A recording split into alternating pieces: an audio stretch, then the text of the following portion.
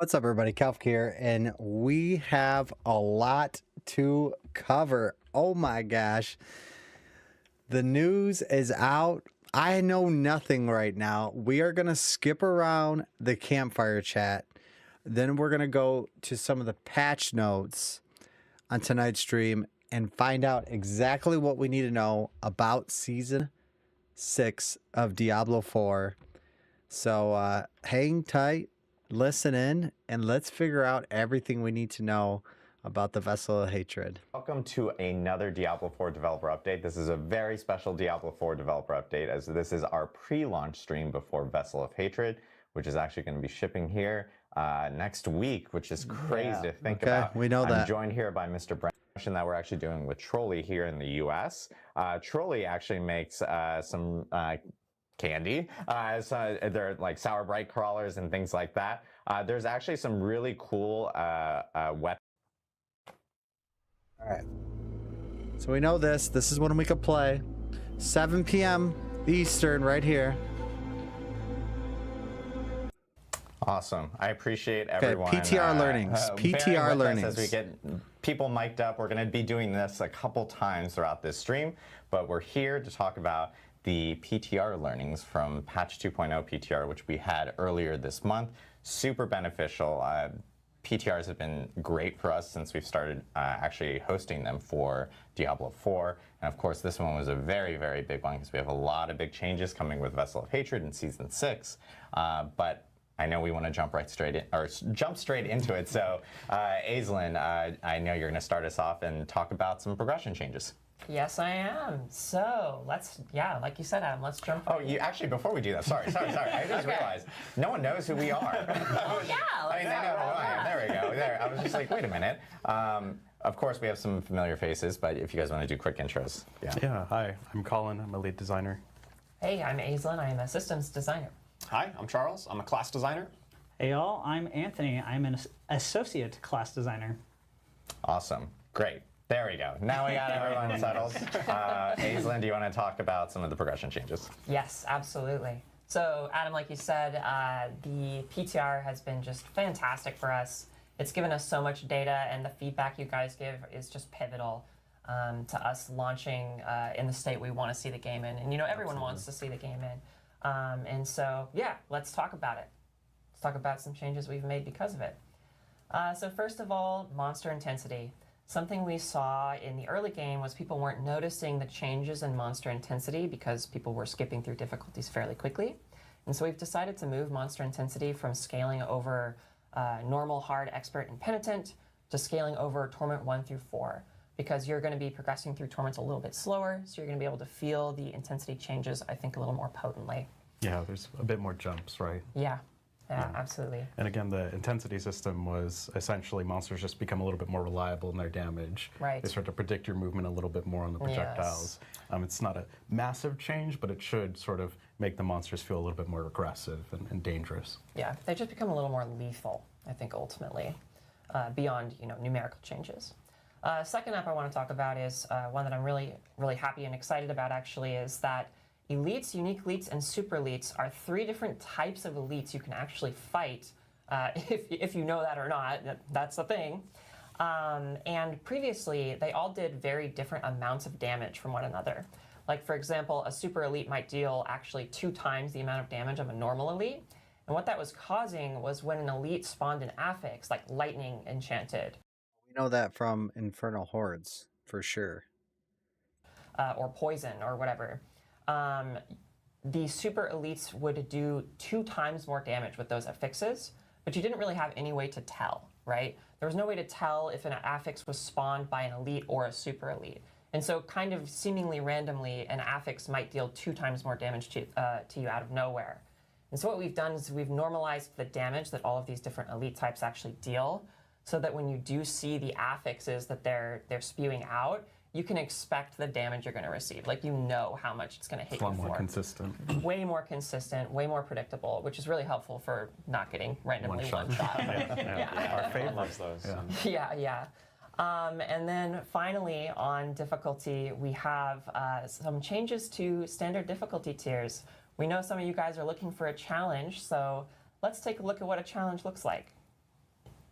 All right, so we have a level 1 character here in Kiovashad going to the statue to change their difficulty. So what are they going to change it to? Well, before they could access normal, hard, and expert, but now they can access penitence at level 1. That's mode we only play. Yeah, Minnie. Why would you play anything else? Yes.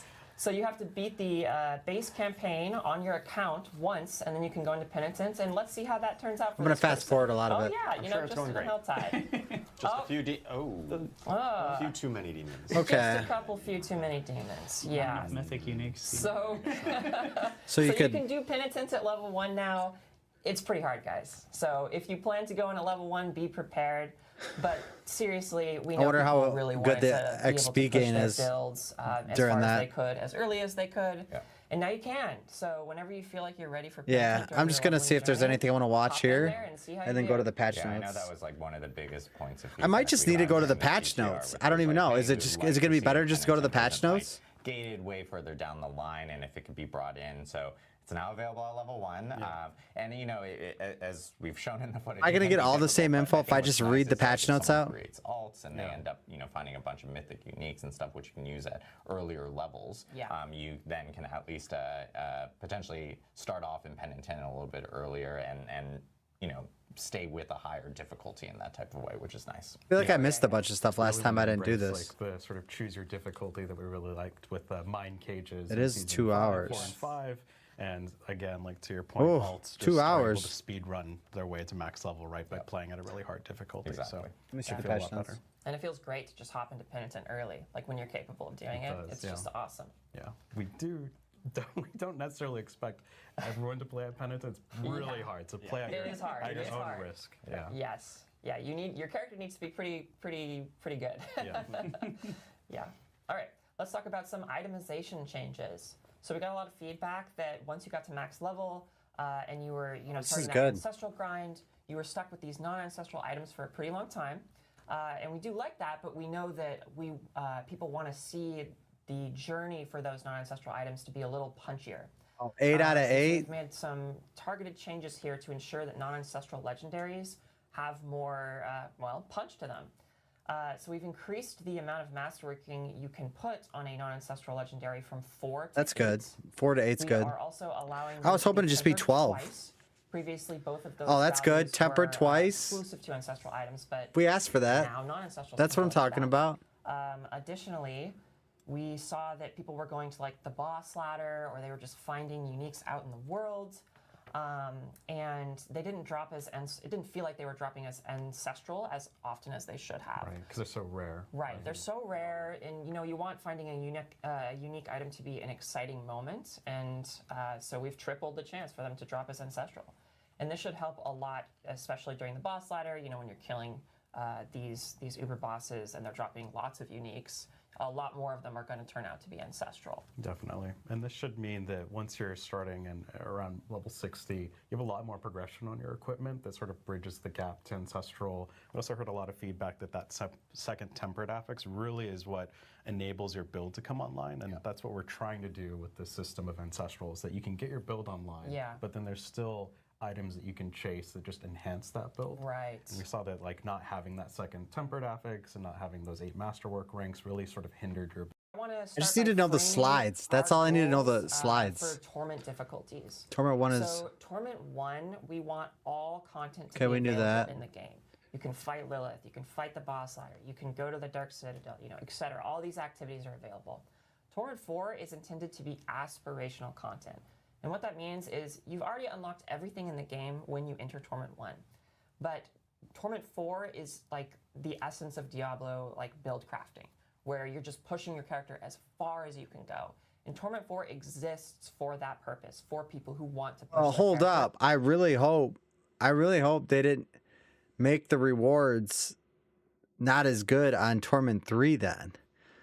That wouldn't make any sense. Like if Torment 4 is just for, I want to see how far I could push my character, then make the rewards the same when you kill something on 3 and 4. Like that should be it. All right, let's see what this is. The next topic we want to talk about is some of the big systems. Okay. The next thing we've done is we've taken a look at a lot of the rare and magic nodes, and we've I can just read these because I don't know if I want to listen to these guys. So more normal modes to support legendary glyph radius. Rare and magic nodes adjusted to be more generally useful and powerful.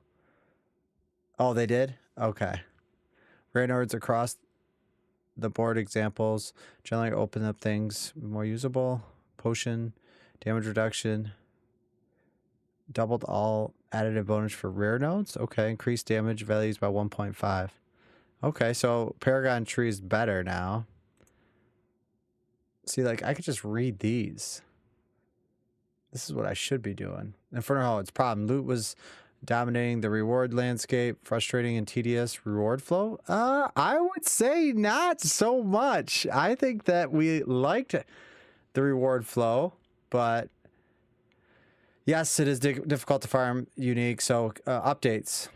Keys are exclusively obtained via drops from variety of activities. Cool. Council boss always drops infernal horde unique items and dungeon boss loot scale with torment. That's kind of cool. Greater chest, 200 aether. Chest of greater material converts all remaining ether into materials. And then chest, oh, okay. I like that. That's good. That's good change. Is there another slide for Inferno Lords? No. Our rewards. Significantly increase ancestral drop rates from Nightmare Dungeons and Whispers. Good. Because we weren't getting any. Nightmare Dungeons provide experience on completion. That's good too. Miscellaneous buffs to Hellborn, Butcher, World Boss, and Treasure Goblins.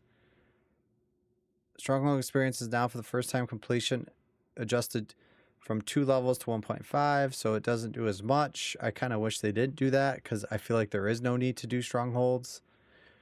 Non-legendary items auto salvage starting in Torment. Oh, auto salvage. That is good. Paragon glyphs can now drop from the pit. Okay, well, whatever. That doesn't matter too much. All right, itemization and crafting. Mythic unique crafting update. Resplendent, only crafting at the blacksmith. 2 resplendent spark get you a random usable ancestral mythic. Oh, it's only 2 now and it gives you a random one. Post rooms crafting 2 resplendent sparks and a set of runes creates a specific unique.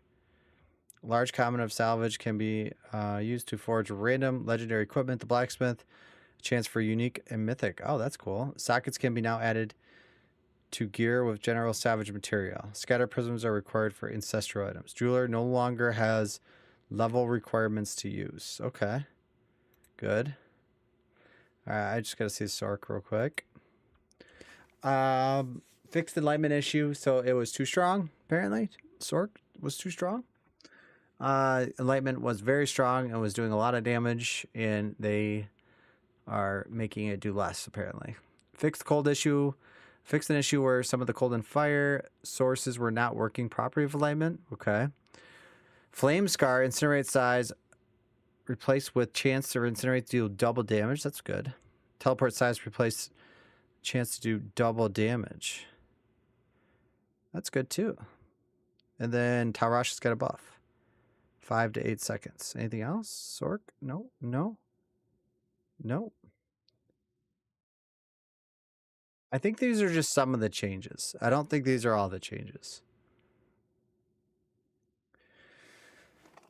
Legendary rune words were clearly more powerful and they gave multiplicative damage. Some rune words had no usage and didn't have a long-term potential.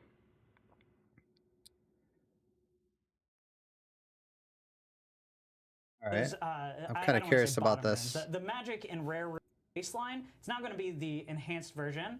So if you want that as a druid, you can still get that big, powerful critical damage bonus. But now that baseline is going to be that big stun, that big AoE. Fire gives berserking.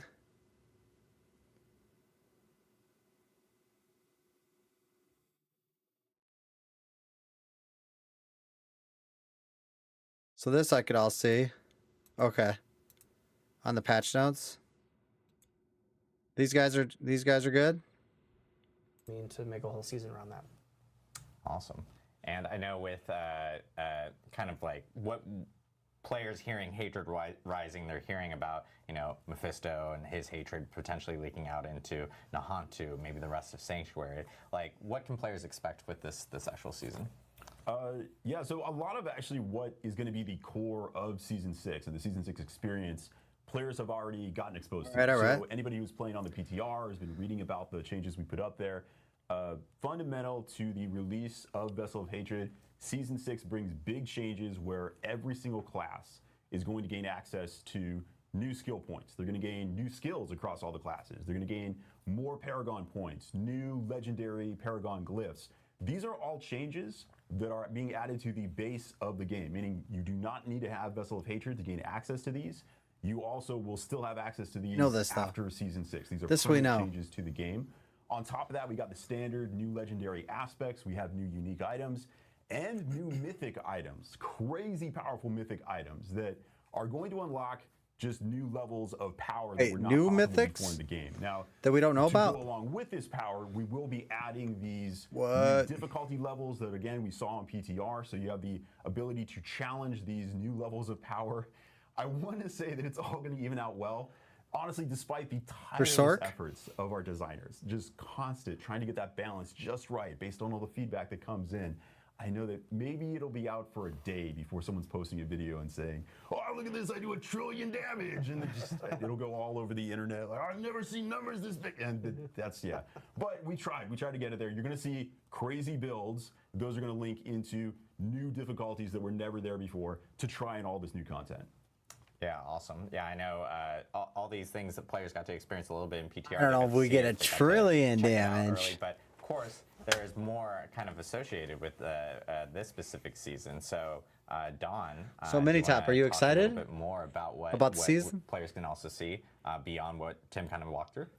Yeah, absolutely. So, you know, as we mentioned, this is the season of hatred rising. So we really wanted to theme it around Mephisto's hatred creeping out of Nahantu and into the rest of the world. So let's go ahead and take a look at our visual aid here. Beautiful. Now, I was promised official documents. I was promised that this would be turned into real art when I sent this over. I didn't think we'd be the Pokemon character. Hopefully this will all make sense by the end of the presentation. Just for now, just take it in. There you go. Just everyone loves designer art. It's core to all our live streams that we do. Art by Don Adams here. So yeah, and making frankly, fun of Don. it speaks for itself. I don't really know. Come on, Don.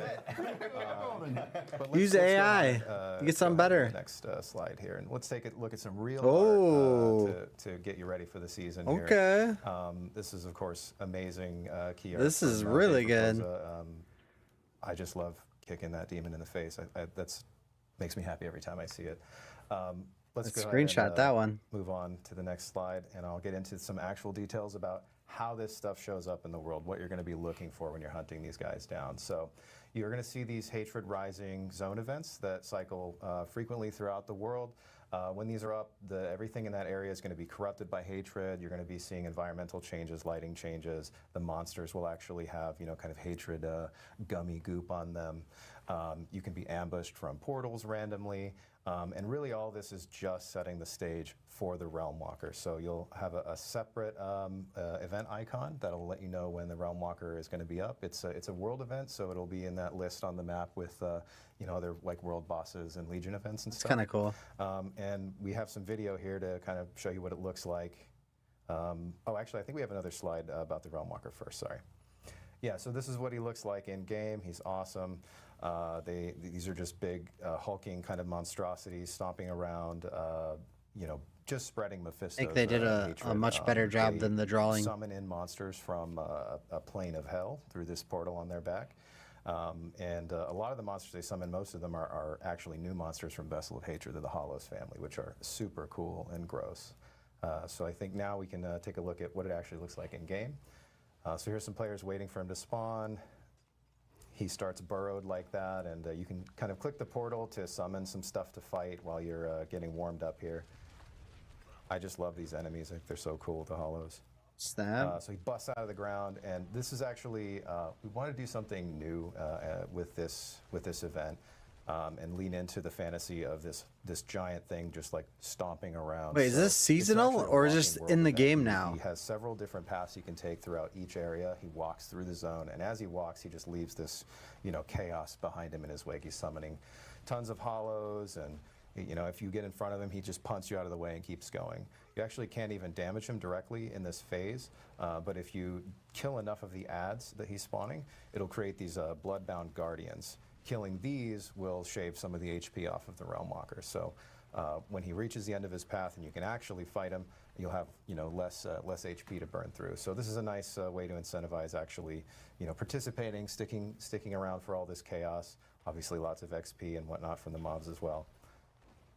So this is the event that he kicks off when he actually gets to his destination. When you interrupt this ritual by destroying all of these destructible hatred spires, that's when you'll actually be able to fight him directly. And I think we're going to see that here very quickly. This is a really cool seasonal. encounter. There's just lots of he has a big smashy attacks. He sprays a lot of damage everywhere. Okay, so they've taken him down. And when he dies, that weird portal on his back drops down and stays open. And there's only really one thing to do with a weird portal. Yeah, you go in the portal. go inside, That's of your course. option. So That's what if portals you are made for. successfully killing the Realm Walker, taking down this massive demon, finally grants you your reward of more demons. So you're going to go into the Seething Realm. This is part of the Mephisto's area of hell. So you are going to have to continue fighting in here. It is not a barren landscape, but the demons you fight in here comparatively, if you were strong enough to take down a Realm Walker, don't be too worried. I think you're going to be able to manage the demons inside of the Seething Realm as well. This dungeon is a little bit more of a reward dungeon. So once you get in here, you're fighting your way through to get specific buffs at the end of it. So if we want, we can jump into the video here. Yeah, this is the first section. And this part, you're just kind of mowing through some of these smaller guys. You're really just looking for a specific gate here. There's a portal that you're going to be activating and making an important choice there about which section of the Seething Realm you go into. Here it is. This is the gate here. So you're going to click on this. You now have options. Based on a few consumables that you can put in, you can go into sections that are more focused on equipment bonus, a gold bonus. You can get a socketable bonus. It's actually kind of cool.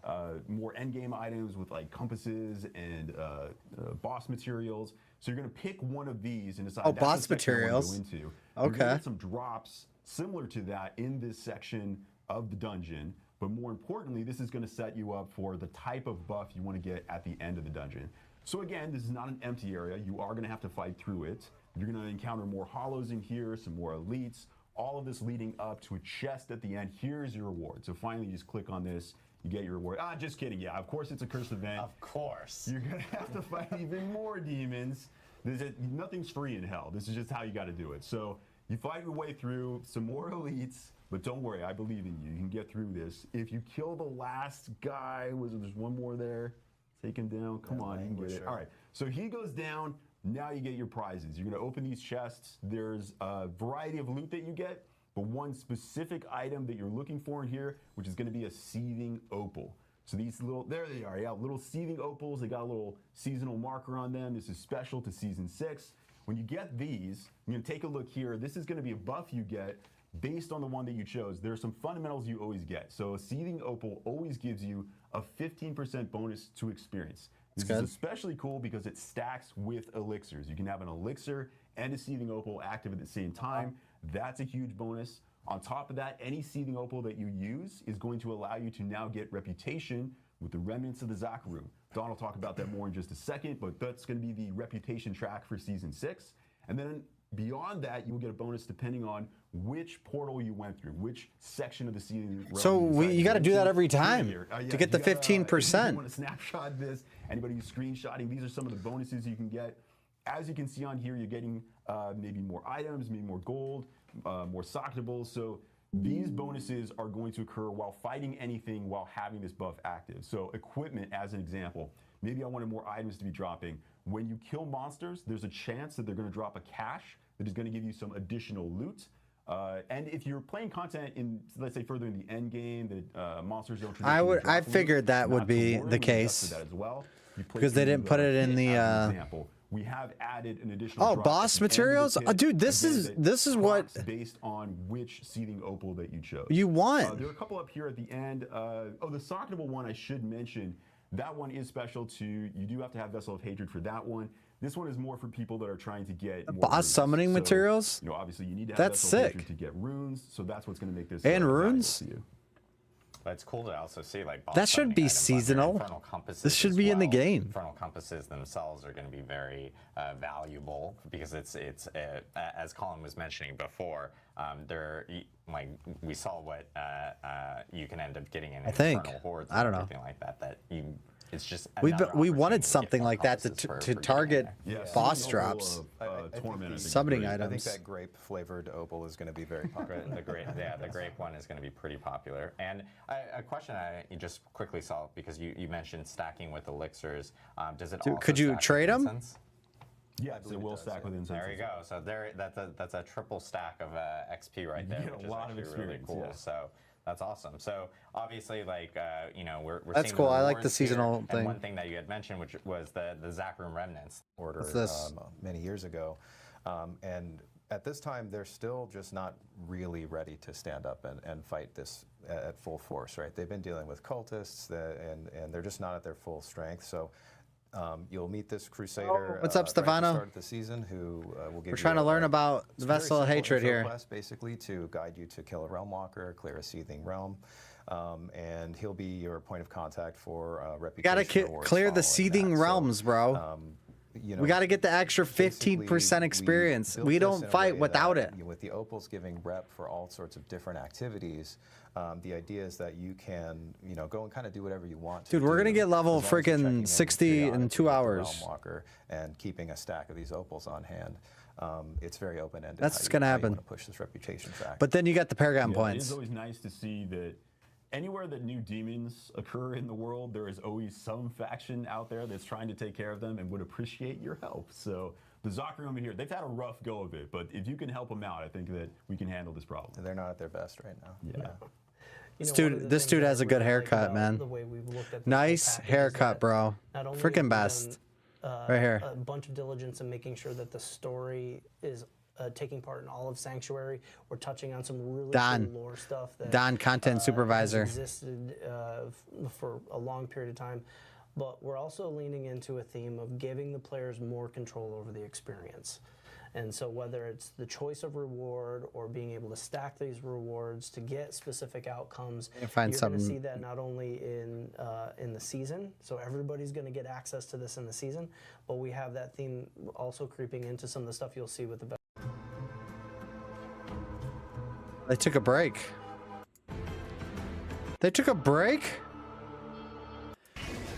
There's a break! Dude, they took a break.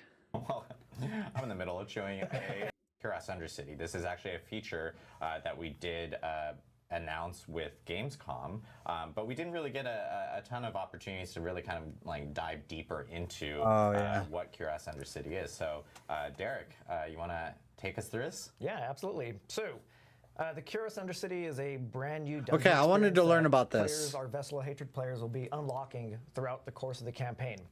It's appropriately located in the new capital city of Cuirass, but it's the part of town that's Oh yeah, I not forgot. recommended We're that the gonna have to standard do the citizen, venture campaign. into. It's, Everyone's just gonna have to do that essentially the solo, Cuirass Stefano. town that is still So that's what we should do infested by the first. jungles of Nahantu and The kind of, campaign. overrun with the worst of the worst. It's Nahantu's most wanted inside the various districts that make up the Undercity.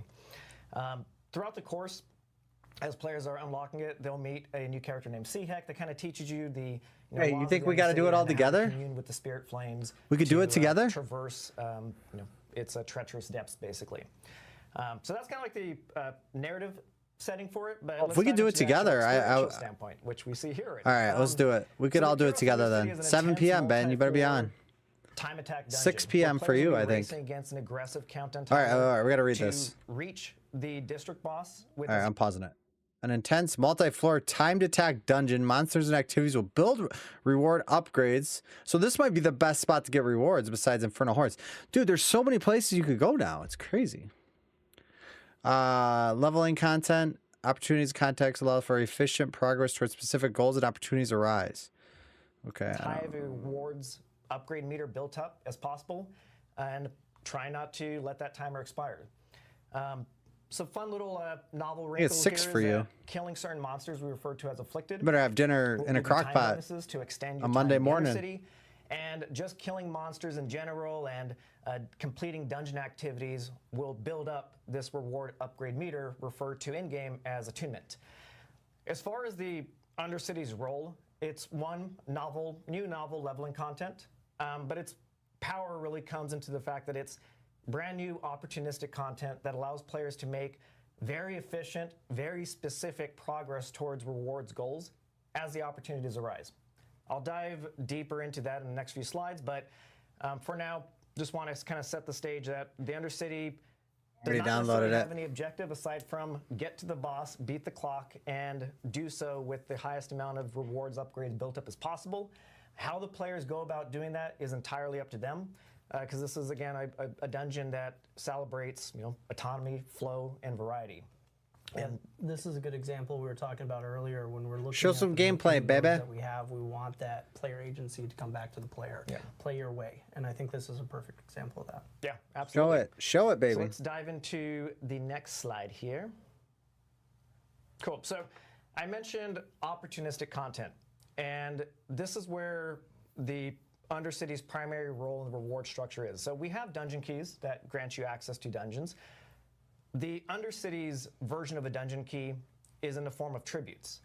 So you can hop into an Undercity run without a tribute, just do the thing, the base run. But when you start applying tributes, this is where we allow you to define the specific reward upgrade opportunities of your next Undercity run at the cost of increasing the run's challenge. So you can see an example of a tribute here. This is the Tribute of Radiance.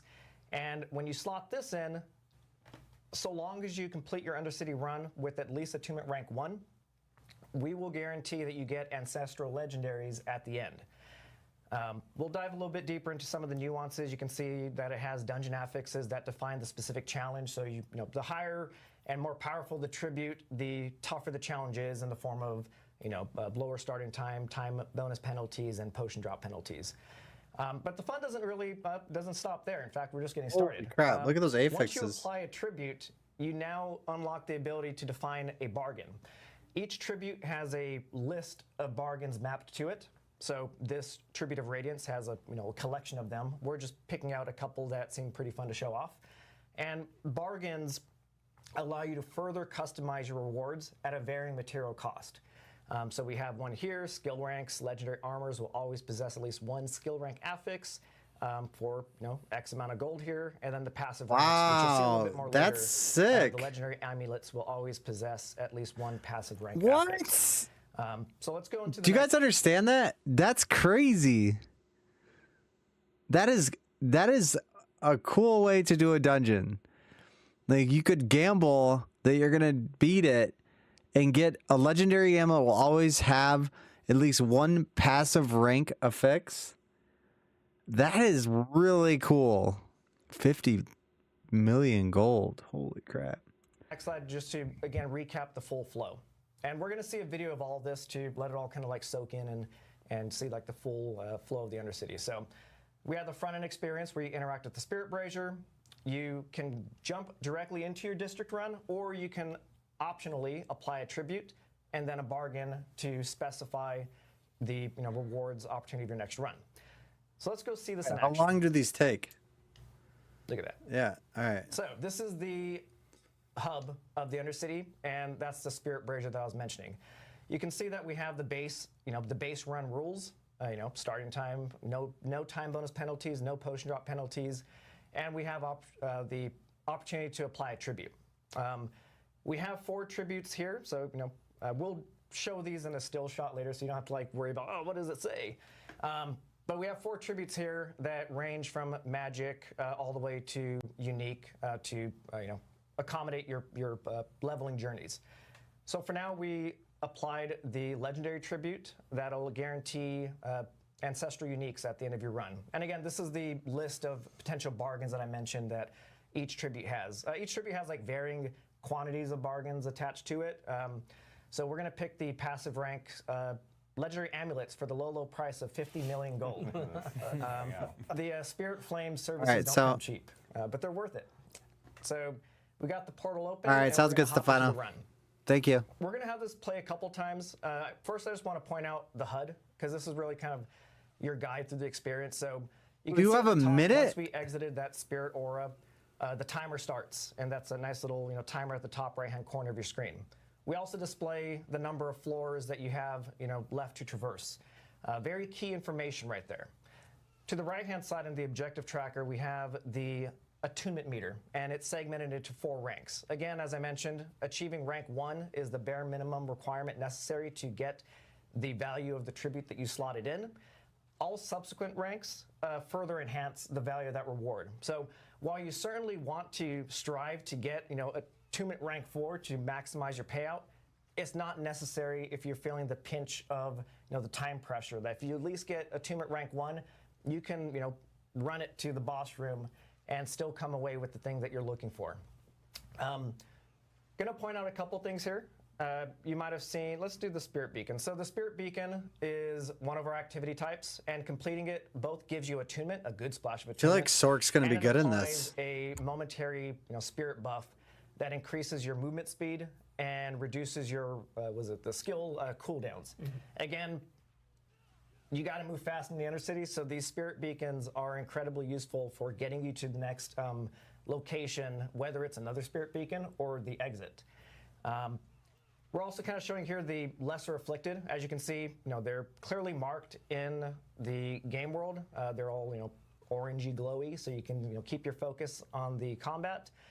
And killing them is what gives you the time bonuses to extend your run. I think that's kind of the long and short of the Undercity run. Again, this is an example of floor 1. There's still 2 more floors to traverse to get to the boss room. Yeah, let's hop up. There we go. We're into the boss room.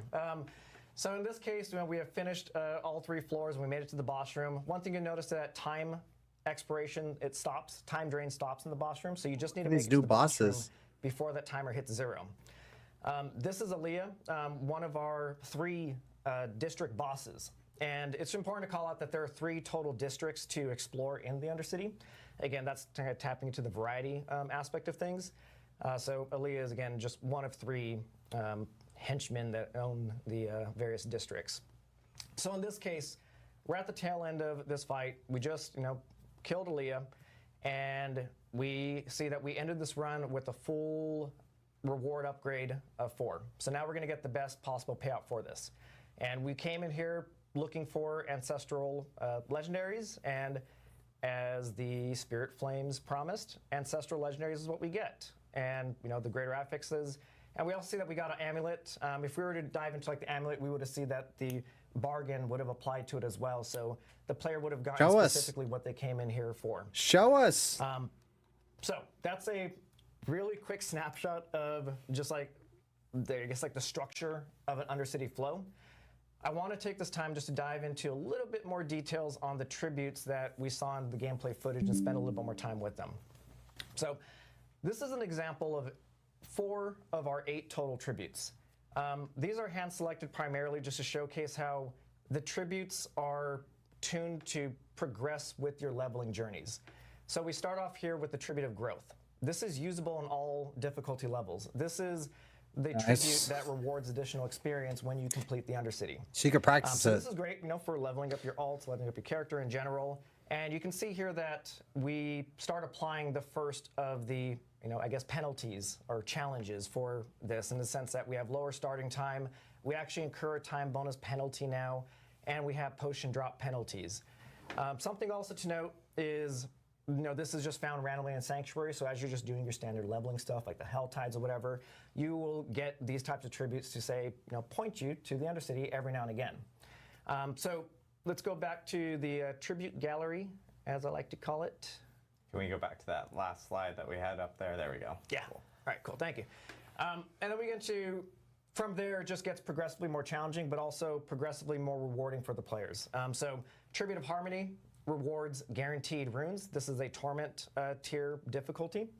And you can see, we just amp up the challenge with each one. The Tribute of Radiance is the one that we just saw in action, that we guaranteed Ancestral Legendaries. And the Tribute of Ascendance is example, kind of like the cream of the crop tribute, unique tribute that guarantees several uniques with an increased chance of a mythic unique. And I just want to call it out here that I know that the last two tributes say that they're resolute tributes and they only apply rewards to the player that offered it. We do have variants of both of these that work in party. So that whole is covered. The rest of the tributes that don't have that distinction, they reward everyone in the party. It's just these last two that kind of had that little asterisk on it. Yeah, I think that's the gallery of the tributes, and again, these are mapped to the rest of them are mapped to a variety of content like the whisper caches, the summoned lair bosses, and a variety of things that I'm forgetting on the spot here. Yeah, this is a fantastic activity to do when you're somewhat in the mid game of your journey. So you're going to be introduced to this as you're making your way through the campaign. And but the thing I like about it is with all the progression changes that we've been looking at, this also scales with you. And so this is the type of activity that's going to stick with you for a while. It's a great way to get control over looking for the items you're looking for, and the time attack feature of this is really great. Yeah. And I think the big thing here is like you can do it solo or you can do it with a group. So it's not like you have other options if you want to bring in a full party or if you like to just conquer it yourself. And I know a lot of tributes. So it's a really good, very juicy reward to go after the Portal Prankster when you come across him. But you would be doing so at your own peril, because you'll see in this video that he has a particular mechanic to him that makes it a little bit tricky when you have a continually timer that's continually counting down. Oh, look at him, So Portal. see here that when he's aggroed, he opens up a bunch of portals and just like Benny Hills through them. It's a chase. So this is kind of tapping into the risk versus reward nature of the Undercity, where you make decisions based on how confident you are at the current state of your run. And again, killing him is very lucrative. He doesn't drop anything aside from attunement right from the get-go, but all of his rewards are funneled at the end of the experience. So again, a variety of the spice of life in the Undercity, and really excited to get this into the hands of... All right, Dark Citadel. Rise of the Khazra. This is the very first multiplayer-focused piece of content for Diablo 4. Page.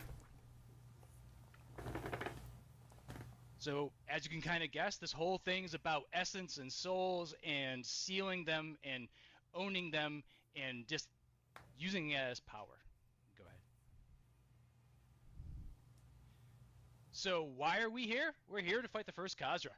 They are taking over the crater. Where's Mephisto? The Mage Clan Civil War, blasted a hole into the ground, and they've moved in, and they're using all the souls from the dead Mage Clan people to power their crazy experiments. They're really, really evil. They're not a early leveling experience. This is something when you're really into the game and you really need to like move your build along. So once you enter Torment 1, you can go on this quest and access the Ancient Nexus, which is its own town space with a waypoint of all of its own, which gives access to the 3 dungeons you can see here. These dungeons have multiple boss fights in each one, and they each take a little bit of time to get through. Practice will help you optimize these runs. Experience will help you show expertise and shepherding other people to show them how to complete these mechanics. And communication is not required, but it definitely leads to better outcomes. There's a lot of new challenges and mechanics, and there's really no mercy for the hardcore players, so you have to be good too.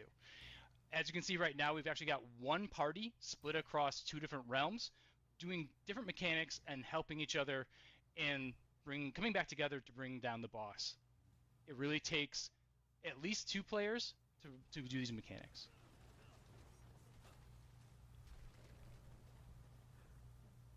We have multiplayer boss fights through the entire Everyone's a spirit experience. born. We always say that players are stronger together. It's tuned for 4 players. 2 players can do these mechanics, but it means you have to handle the mechanics and the monsters and the bosses by yourselves. We're not going to duck the difficulty for fewer players. We have lots of crazy mechanics going on. We've got people relying on each other to get through all of this. There's a lot of hero moments in this content. The best moments we had when we were playtesting this is somebody's dead and the other person's running around and they click the switch or they res their friend right in time to jump through the portal or kill the boss, and everyone's just screaming and having a great time. It's really, really fun to work together and see those moments where, like, depending on your party members, really pays off. We also have an exclusive monster family for the Dark Citadel. These are the newest, smartest. Talk to us a little bit about those. Absolutely. I think we have that queued up. Yeah, let's see if we can get that queued up here. The joys of Well, we do have. We did it. Oh, actually, a quick quality of life improvements here. Yeah. We actually have a marker system to help parties get through the experience. You can just drop them into your emote wheel, and then as you're running through the experience, you can use those emotes to indicate to your friends and party members, hey, I found something of interest, or hey, it's over here, this is the way forward. And a really nice thing is this is available outside the Citadel as well. It's not exclusive. So you'll be able to use this wherever you go with your party. We also have a combat log during the Citadel experience to help you understand what's happening, especially where you're taking damage from and big moments. And you've heard about the Party Finder. That's also created with obviously Citadel in mind, but it supports everybody else. But we want to make sure we facilitate getting lots of people into this content. Yeah, hopefully now we can talk about rewards. Yeah. Well, before we jump into that, I do want to make mention, because that was a really interesting screen to see the communication stuff and talking about This new Lilith, new dungeon. This is the Dark Citadel. It's kind of wild. Guess who? What's up? Growing. You know, it's growing steadily, and so we wanted to make sure that we did a couple of things. First off, we wanted endgame content for them, right? That's what this is all about, is making sure that we have that really aspirational endgame content for folks who like to play with their friends. The other thing is that we know that we could let this spread out into more segments of the game. And so the Party Fighter was originally a discussion that we had for how to support the Dark Citadel, but it is now benefiting all the other activities in our game as well. So for those of you who experience, you're seeing the early stages of us really expanding, getting people together in the content that is the best inside of the game. And so it's really exciting. But it does boil down to that communication, and that marker system is something that can be both used in the Citadel as well as outside of the Citadel. Important. See the rewards. A week. These are the rewards. Let's see if it's worth it. An incense. All stats. Gain 2 to all stats. Wow, that one's crazy. Karaza power. That's really good. 15% damage. Is that multiplicative? For each nearby dead player, gain 5% damage up to 15. That's kind of dumb. Increase healing by 15%. Revive speed by 25%. After reviving a player, gain 10% movement speed. Increase experience. Elixir of Sacrifice. Every 10 seconds, your next core skill kills you and a nearby enemy for max health. 10% of their max health. Restore 5% max health for each nearby ally up to 25%. Okay. Scroll of Generosity. Used to revive up to 3 nearby players. Use to restore all tempering charges on an item. That's cool. Why did they make this only usable on once per item? I don't get that. Used to restore 30% health and drop health potions for nearby players. But beyond that, there's lots of rewards for repeated runs. The Citadel coins are going to allow you to purchase all these consumables, and you can These are the maximize best. the number of coins you get. These are the per run best. by killing treasury monsters and playing on higher difficulties. Like, it really scales up the Citadel coins you get. And why do you care about those? Well, these rewards these consumables really make it easier and more fun to play with groups and parties. But it also allows purchase of the Scroll of Restoration. So if you want to just chase down and buy scrolls, this is a great place to do that. sick slide for production. Or the only place to do that. We're doing this live, right? Yeah, exactly. No, that's actually really cool to see. And again, the scroll rest. But okay, there we go. God, the mount is sick. Oh, see, scroll there we go. You're live. Okay, yeah, the mount is sick. That's something that I think a lot of people are going to be kind of like. Everything else that we're doing in Diablo 4 that is different. Obviously, we've been touching things like itemization, and we've been doing a bunch of reworks on class builds. So we knew a couple things here. First, we wanted to make sure that the system was built in a way that could complement your build. New way to interact with mercenaries. And then we're going to talk about bartering and progression at the end. Okay, we need to learn about this. All right, so I'm going to talk about the playstyles for each mercenary. And to start, I want to just show an example of a skill tree. So every skill tree for a mercenary, at the very top, the starting node is their perk. And this is a passive bonus you get whenever a mercenary is hired into your party. And they're pretty awesome. They're really powerful. Hopefully when you hire a merc, you feel like they're changing the way you play. I don't know. I don't know about that, Vane. 6 skills I think we're and focused 12 on upgrades. season 6, baby. So let's Season dive 5 is the into some past. examples. So for Rahir, he's really like the tank if you need someone to help protect you.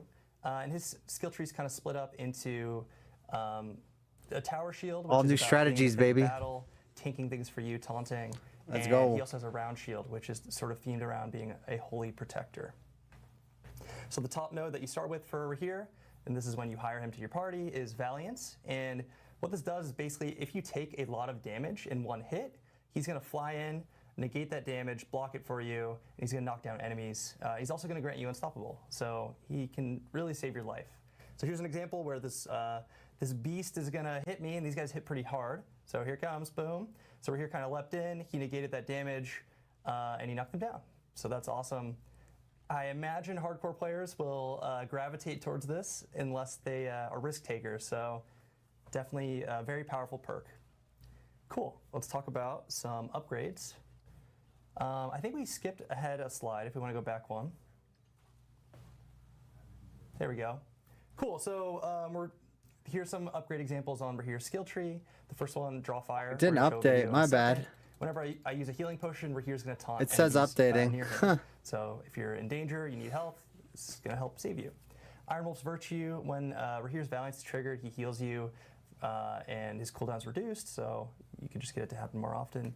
And he has a shield throw, which some D3 Crusader players might love, where he chucks his shield, it bounces off some targets, and this kind of marks them, so you can sort of play whack-a-mole, and if you hit those targets, you'll get healed back. So it's another way to keep yourself alive. All right, cool. Let's check out an example for Draw Fire. So you're going to see I use my potion. The UI would help you show that, but yeah, it's doing that. There. Rahir taunted everybody. Now we're just trying to learn about season 6, I did not baby. Die, and I'm happy. All right, let's go to the next one. I'll do you, but So not Oriana, right now. We call her the Berserker Crone. She is a reformed cannibal. She's got a pretty interesting backstory. I love her personality. She's kind of zany and crazy. She's also the cook for the mercenaries, and I don't know if I would eat her food. I don't really trust her. But her skill tree's kind of split up into 2 themes: dual wield axes, which is all about visceral cleaves and bleeds. She's a cook. And large mace. Cook which it up, is baby. Heavy slams.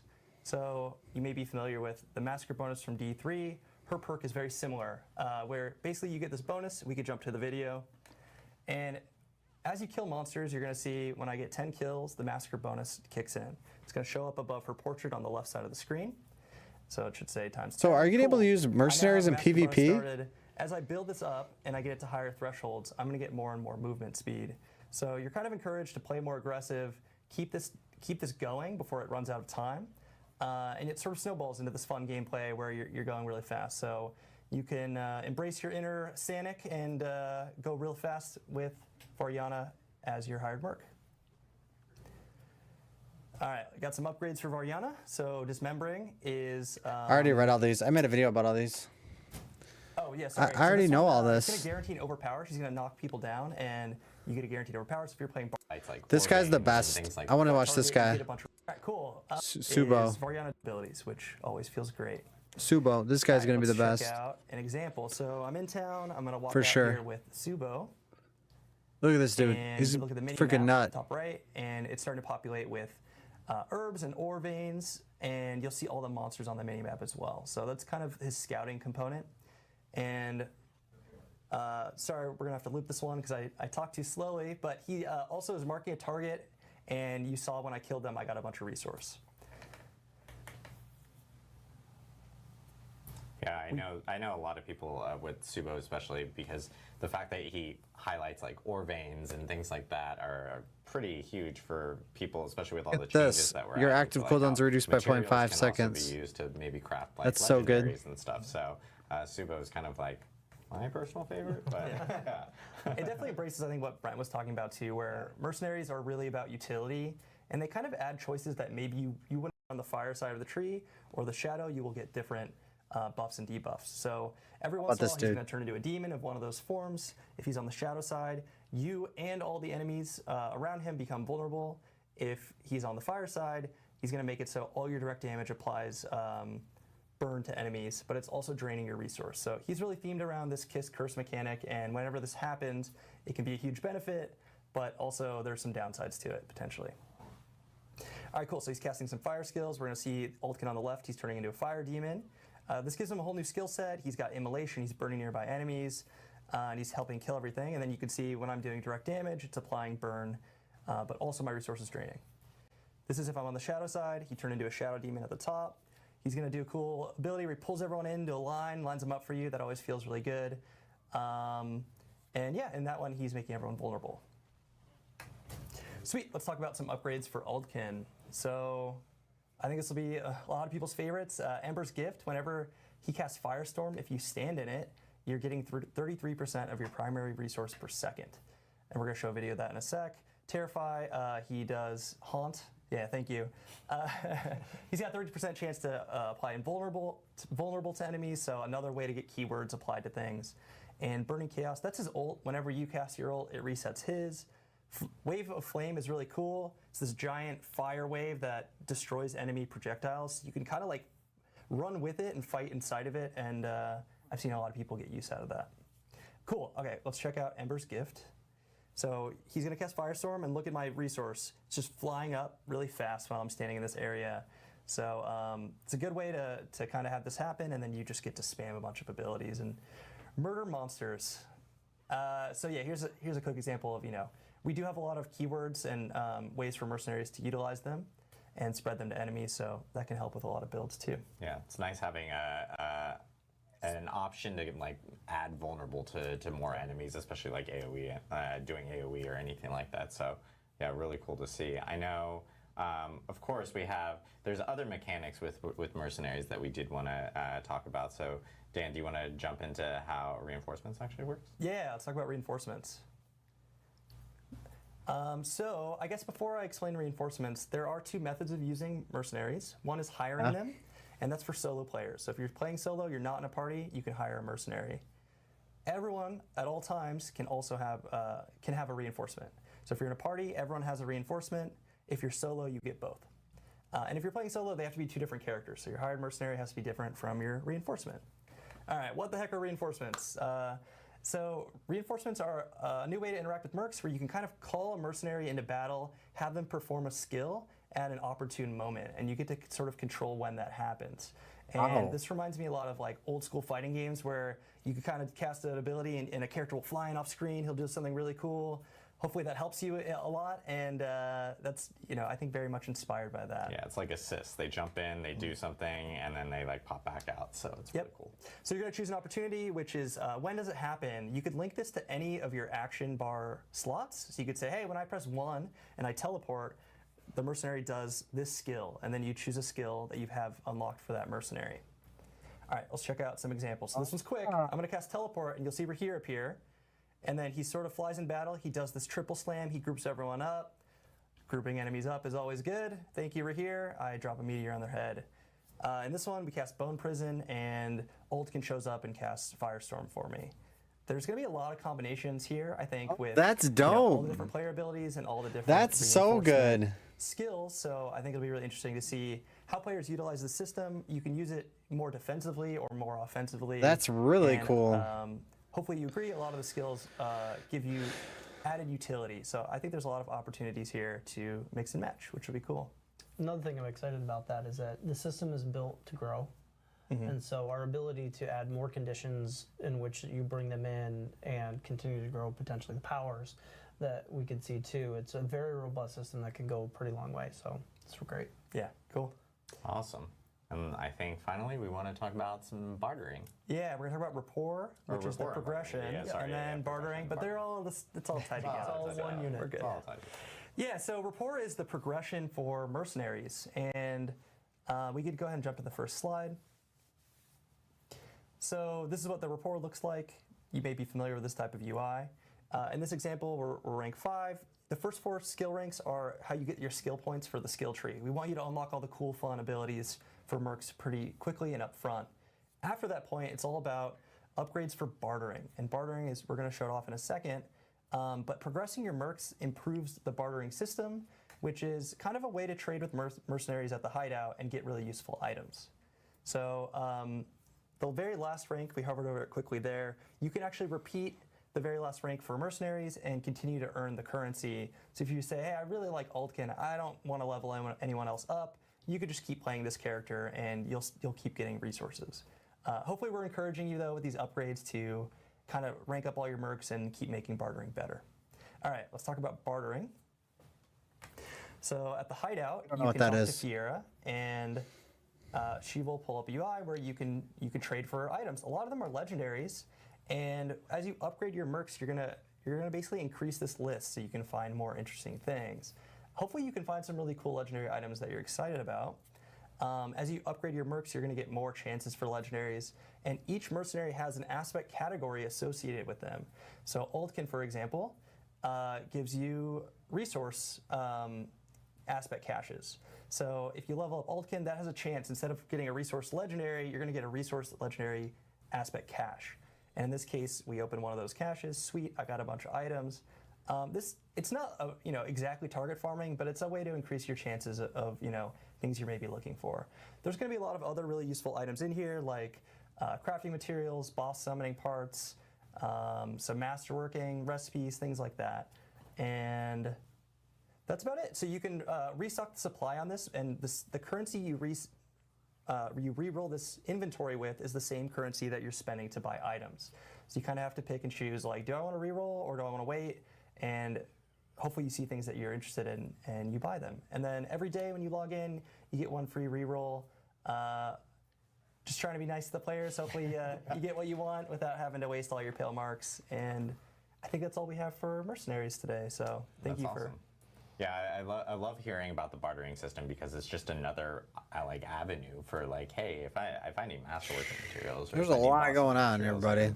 Literally go and check and see if I can barter for it now, as another opportunity for getting those specific things, which is really, really cool to see. So Dan, thank you very much for walking us through the mercenaries coming to Vessel of Hatred. And so everything that this group actually talked about here, this is all exclusive to Vessel of Hatred. So with the expansion and anyone who actually ends up purchasing the expansion, they'll be able to access all the different features that we talked about, from Spiritborn to Cuirass Undercity to Dark Citadel, and of course the mercenaries. So lots of stuff in the expansion specifically for this that we're all excited for everyone to jump into. October 7th, 4 p.m. Pacific in California, globally, wherever your time zone is, that it's tied to that is when it will end up hitting. So, and we have a cool map. But I know we talked about a lot today. We do want to, of course, do our normal Q&A that we always do at the end. But before we actually end up doing that, I know, Brent, you wanted to talk a little bit about the journey here. Yeah, honestly, we talk. We don't care about that. We do care about these patch notes, though. So I have to switch this. That's what we really care about. We can kind of breeze through these.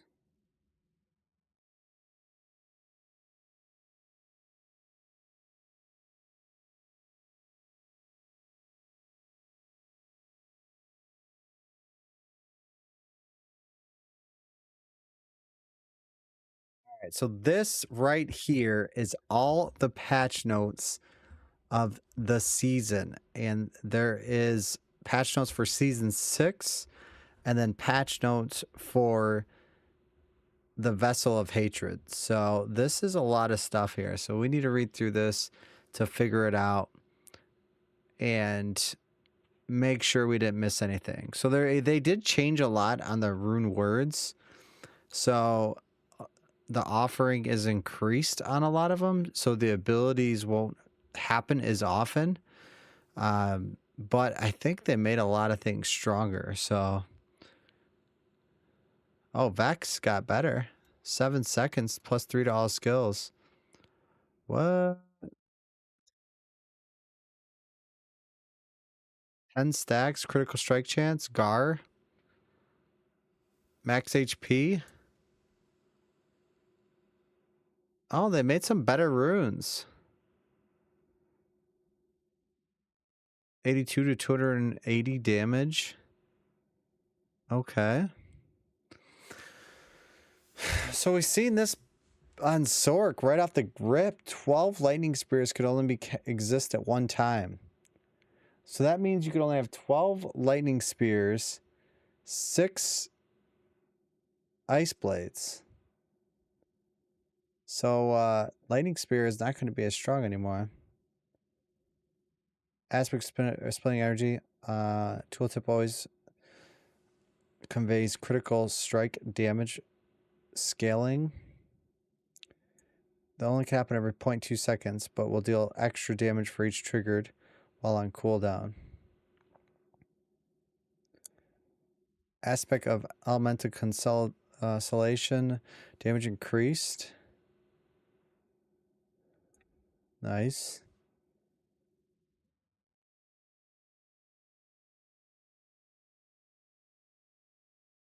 Oh my gosh, they nerfed Fracture Winter Glass. Cooldown reduction for Conjure Skills Affix has been swapped with Inherit All Resistance Affix. Wow.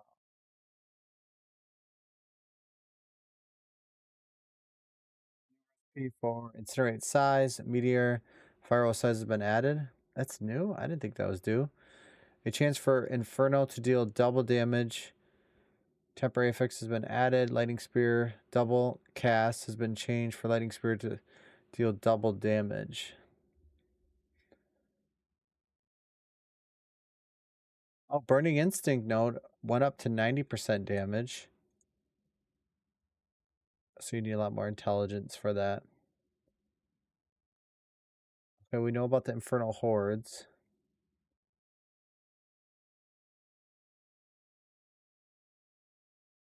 Greater chest cost increased from 60 to 200.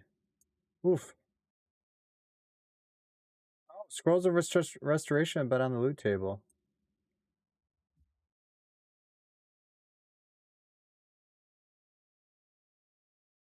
Council Boss guarantee legendary items with Infernal Horde affixes. That's good.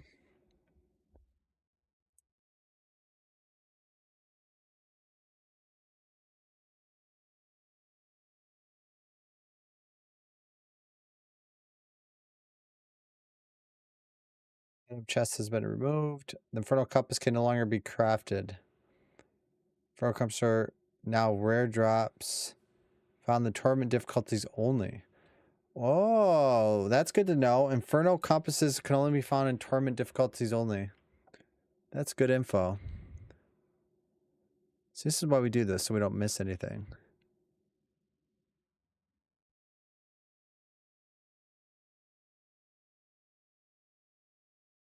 The number of ways will be randomly rolled on the Infernal Compass. All runs in Infernal Horde have a maximum of revive count of 4.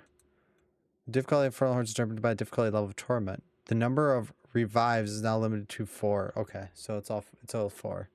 So you have 4 revives. That makes more sense because you have 4 people in a party, everyone could die once. Paragon levels now display on the character nameplates. We know that. We see it in the videos. Gems and runes can freely swapped out when needing to visit the jeweler. Good. This shouldn't cost anything.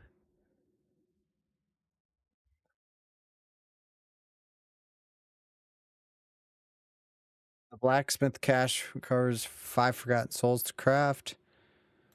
Mythic Uniques item crafting adjusted. 4 resplendent sparks. Now it's 2. You get a rando. Where to craft. Now the blacksmith. We've seen that on the PTR. Runes are now guaranteed to drop from the following sources. Boss encounters, Vessel of Hatred campaign, Whisper caches, world bosses. Oh, Whisper caches, world bosses. First time for clearing stronghold. Magic runes only. Boo. Boo. Okay, we don't care about this. Let's go to Sork. Fixed an issue where certain fire. Okay, we knew that. Fixed an issue where automatic frozen orb cast from Fractured Winterglass granted enlightenment stacks. Well, we want those. Fixed an issue where increased chance to spawn a familiar was not displayed on the familiar description requiring the enchantment mastery paragon node. Fixed an issue where frozen orb cast could be triggered while casting skills on cooldown of channeling and incinerate. I didn't even know that was an issue.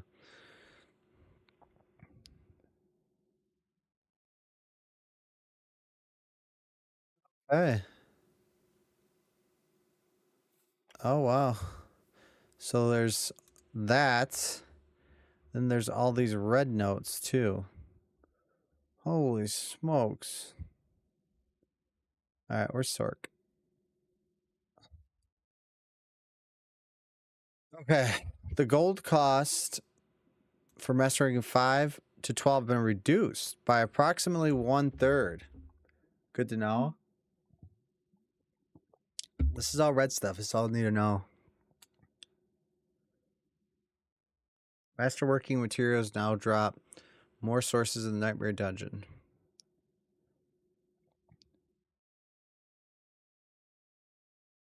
Splendid chest, normal chest.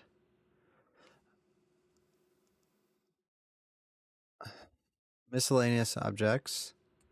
Breakable objects, the butcher. Oh, wow. So you're going to get a lot of masterworking stuff in the actual Nightmare Dungeons now.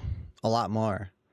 Non-ancestral items can be masterworked to 8. We did find that and have 2 tempering affix. That is such a good thing. Masterworking costs at lower levels have been adjusted, so it's cheaper. 150 pit now. Bonus tier unlocks for first clears increase from 3 to 5 tiers. Oh, 5 tiers. So you could get bonus 5 tiers upgraded. That's good. Loot updates. Lower months will drop more items, less crafting materials. Overall loot quality by Hellborn has been increased. There's a higher chance for at least 1 legendary item with an additional chance to receive 2 more. Okay. Overall loot quality dropped by Treasure Goblins and Butcher has been improved. The Butcher will always drop 1 legendary item. The Butcher will always drop the Butcher's Cleaver unique item. Well, we don't care about that. That's kind of silly. Why they do that? Treasure Goblins will drop a legendary item. World Boss now scales with the higher torments. Adjusted drop rates for mythic units in ladder bosses to compensate for being guaranteed ancestral quality. Duriel and Anduriel do not drop a mythic. Wait. Duriel and Anduriel do not guarantee a mythic item drop, but their chance to drop mythic is twice as high as other tormented bosses. What? The chance for uniques to roll as ancestral has been increased. Starting in Torment difficulty 1, only legendary and unique items can drop. Any normal magic and rare items would normally be dropped will instead be converted to corresponding crafting materials. I think we've seen that. Wait, so can ancestral legendaries drop? Yeah, I think they could in Torment 1. I think they could.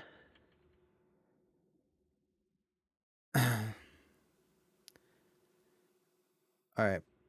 Don't walk or evade. Stand for 3 seconds. Now stand while fighting for 0.3 seconds.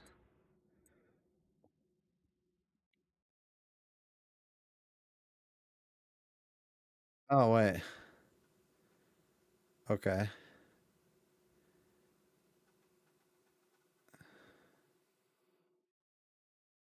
This is good.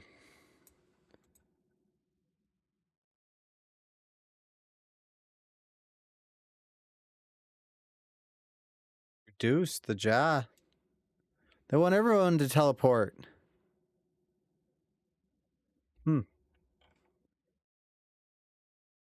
Yom. Creates 100 resource. Now uses base war cry instead of enhanced war cry. So Ohm isn't going to be as good. TEB. Now deals 300% base damage. Tal.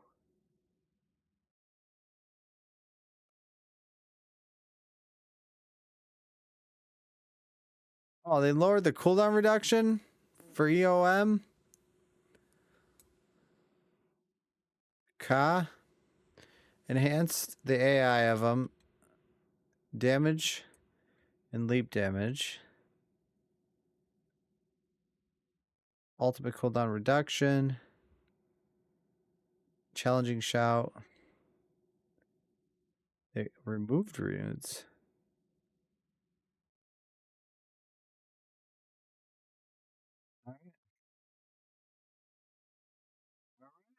Lots of stuff going on here. All right, let's look at this. Jeweler's now available at 1. Good. Chip gems can now be put at 1. Gem firing start dropping level 5. Socketing cost requires scatter prisms for ancestral items. Scatter prism will no longer drop prior to playing in tournament difficulties. All right, experience rewards. The experience from Whisper Caches and Hell Tides give more experience scaling with difficulty. Good. Experience rewards from completing Strongholds have been adjusted. We knew that. We're not getting as much anymore. Experience for Renown, Tier 1 and 2. Have flat layers so players don't feel like they need to wait longer prior to finalize the cache them. Cool. Glyph scaling values have been reduced by 50%. Wow. Rare magic nodes provide increased damage by 100%. Single resist nodes have been converted to bonus maximum. So does that mean like it is going to be more important to get more Paragon points? They did. They did kill the Winter Glass. They did. I don't know what Sork's going to have. I don't know. I'm going to have to be the one that figures it out, though. So it's going to be more important to level up your Paragon points now because this. So you need more Paragon points.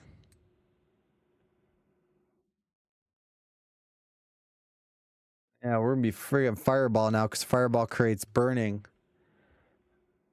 Fireball is going to be good. Yeah, we're going to use some Fireball. We'll look up some more things. I'm not leveling my Paragon points all season.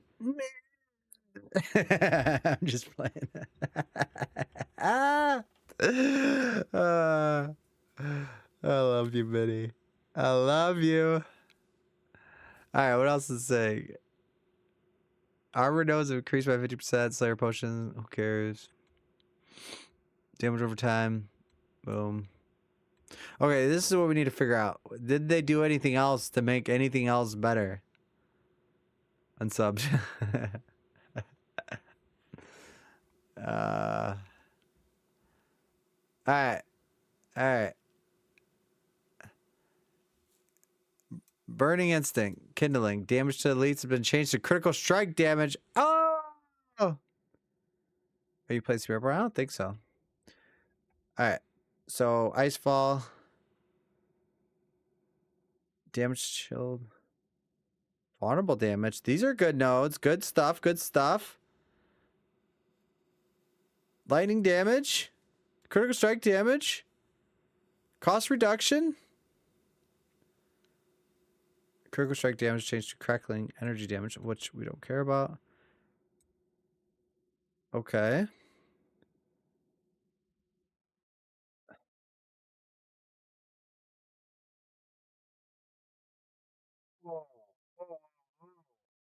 That's a lot of stuff, guys. Nobody wants to see the Spiritborn. Everyone's going to be playing Spiritborn. Nobody wants to see it. Okay, we knew that the monsters increased by 50%, 25%. The audio for Mythic Uniques now takes priority over other sounds. Oh, that's good to know. Seize a journey, you can get the scrolls of restoration. Good. The formula for calculating damage reduction on armor has been adjusted to grant higher amounts of damage reduction at lower armor amounts than before. Additionally, we knew that. That was part of the Season 6 PTR. 2 times the increased main stat. Skill damage has been reverted. Pre-patched value is 2.1.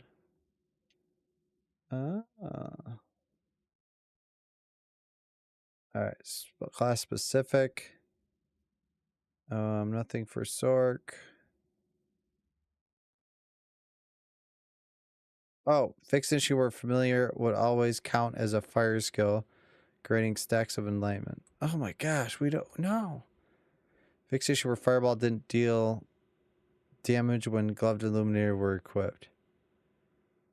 Wait, fixed an issue where fireball didn't deal damage. What does that even mean? They fixed an issue where fireball didn't do damage when gloves illuminator were equipped. How did that even happen?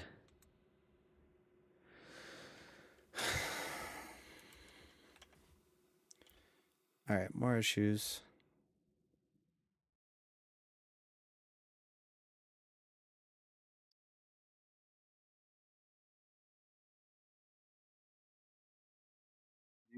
New gem tier. We did see that in the PTR. All right. Mythic items. Did they change anything? No, these are the same. They're the same. They changed this. This is for the Spirit Barn, I think. They didn't add any more uniques. New recipes. We've seen these. All right, let's go to Sork. Holy crap. Wow. Wow. This is just Barbarian, guys. Rogue.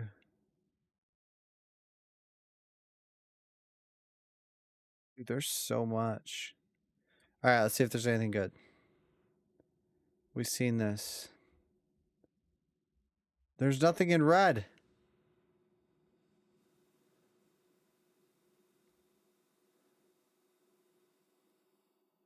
Dude, Sorks might be really bad.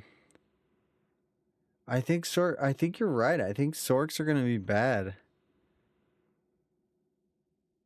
They didn't do anything besides nerf us.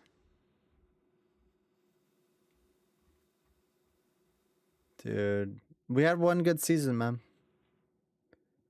That's it, man. One good season. Anything here? It changed a bunch of stuff for these guys. Sork, Sork, Sork.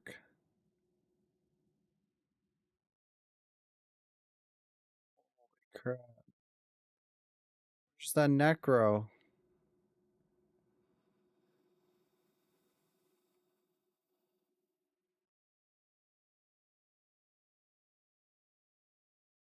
We go to Sork. Oh, here it is. Did I miss it? Sork. Deep freeze.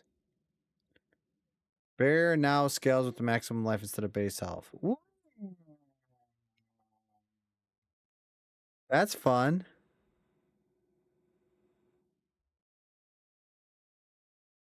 They didn't change anything.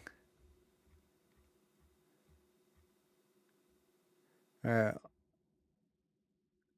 Nothing. They didn't do anything to Sork. They didn't touch it besides nerf the fractured winter glass. The glyph experiences move from Nightmare Dungeons to the Pit. We know that. This is not red. The glyph experiences move from Nightmare Dungeons to the Pit. That is not red. This is all old stuff. I think this is all old stuff now.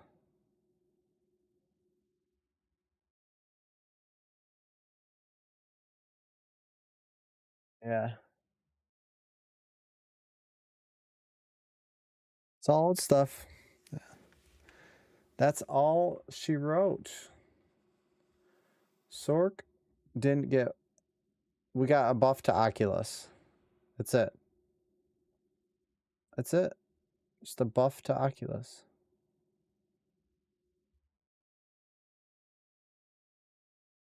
Huh. Interesting. Vinny, what are you doing right now? What you doing right now?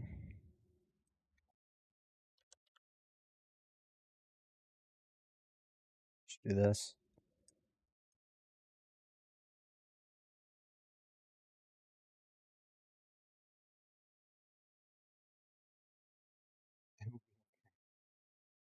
Why they hurt us? Why they hurt us? Why they hurt us like that?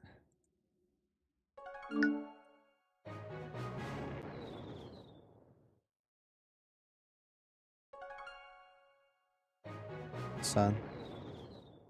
Throw this on the screen.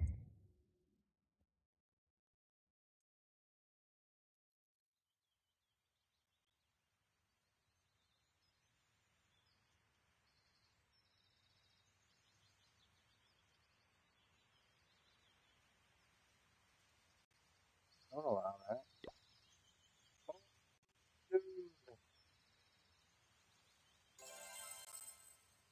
Look at this beast.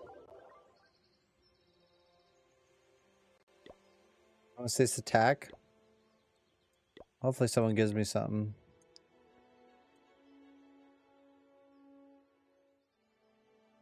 Beast mode. This is what we need to play. Beast mode.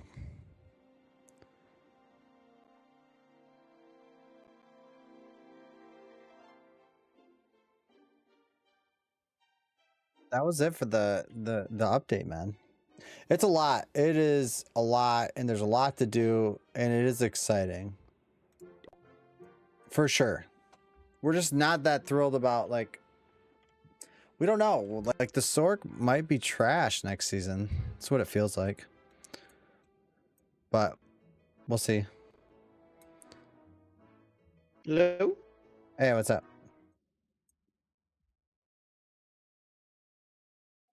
I'm good. I'm good. I'm not depressed. We ain't depressed. We're good. Are you playing Throne and Liberty?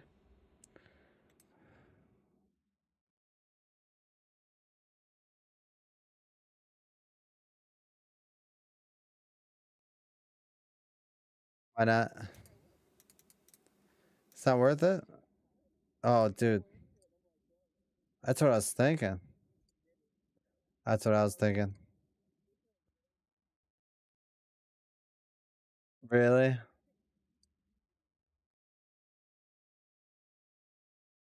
That's like a life. That's like a lifer, man. That's what you play.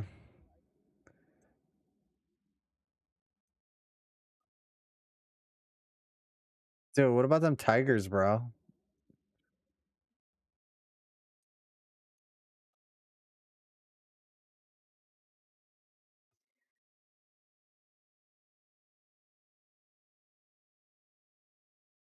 Yeah, exactly. That's what that game is.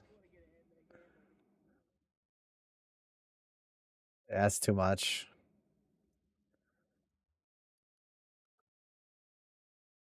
Yeah, I mean,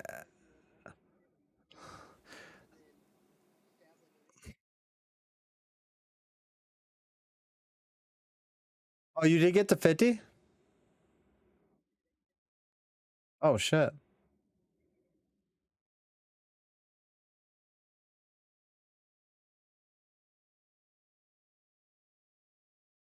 Oh no, this attack's gone shit. No! What are you guys doing? No!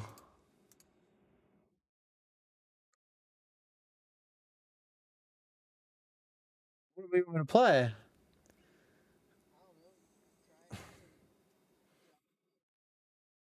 You wanna play some Space Marines?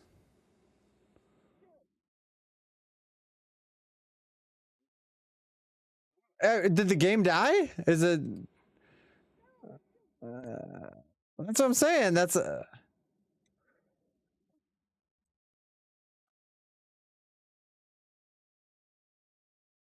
play Space. All right, Cartman.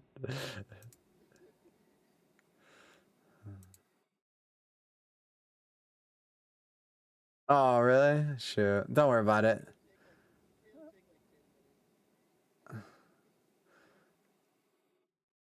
How far did you get in it?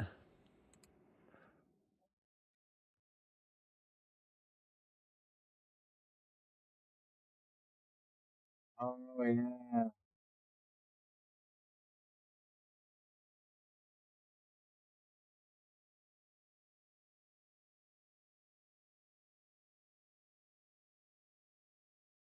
Oh, nice.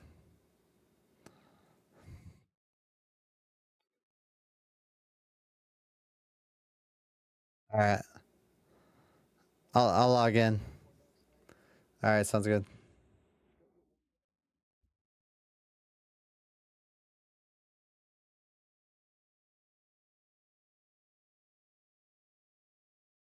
Yeah, yeah.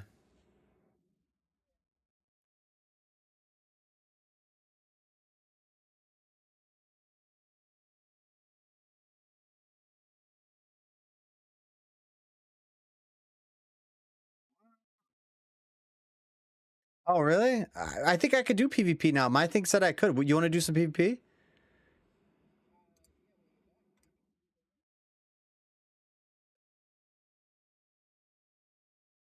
See if I can figure out how to do PvP on it. Hold on. All right, cool. There you go.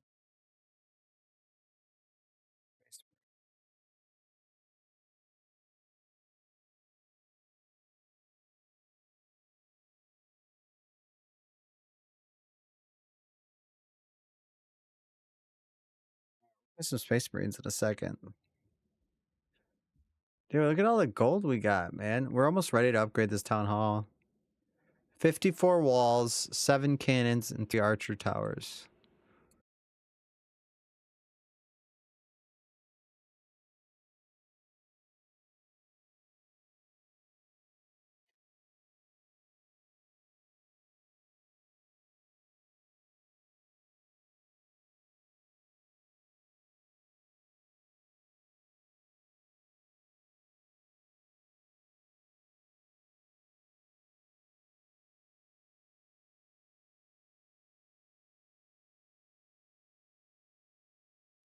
Trying to load it.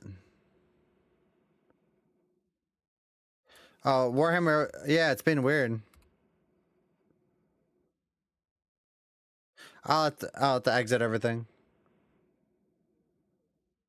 Yeah. Dude, look at these attacks, though, man. I'm a beast. I'm a beast. Clash. Is it? Then it's definitely not.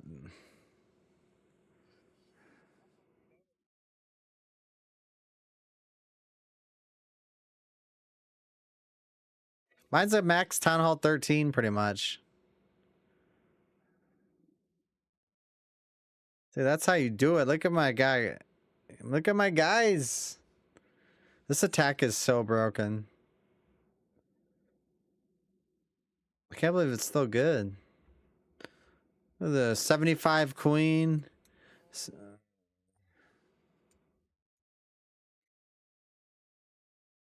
Oh, you could go up to like 16 now.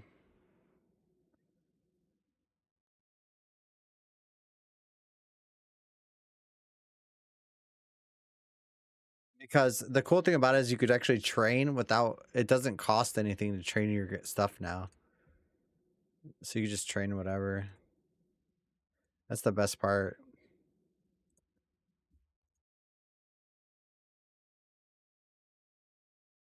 Get all my rewards. Ooh, a rune of gold? Hell yeah, let's go. Could join my clan. We're pretty good. I made this clan many years ago, and then they kept it going, and they're all like really good now. And I'm in it.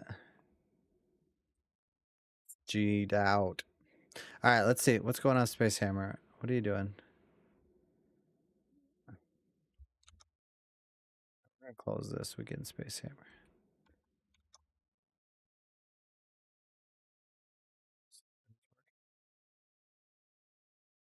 I think it's on now. We should be good. Yeah, I'm on. Let's go.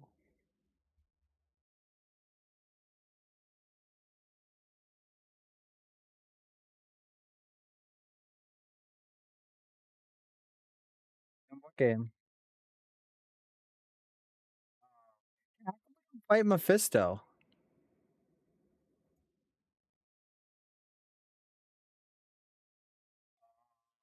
Campaign.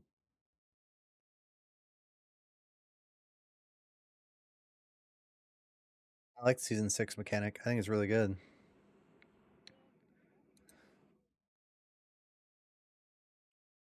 Pretty much. Yeah, I guess. There's so many different ways to get stuff in the game now. All right, let's go continue.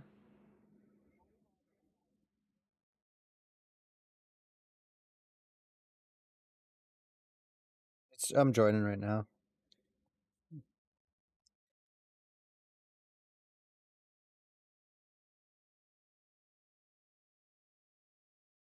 Make them look cool.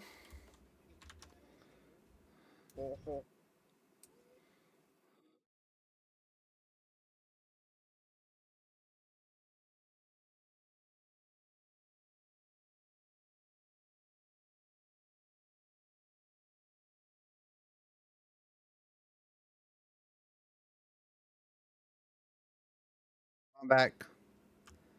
I'm back, baby. All right, I don't think my music's working for this game. Hold on. Or my sound.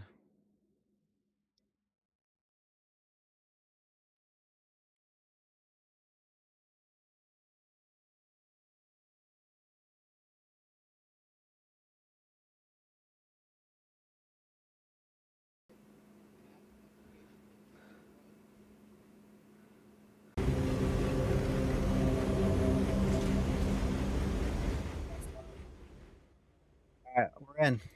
All right, what do you do to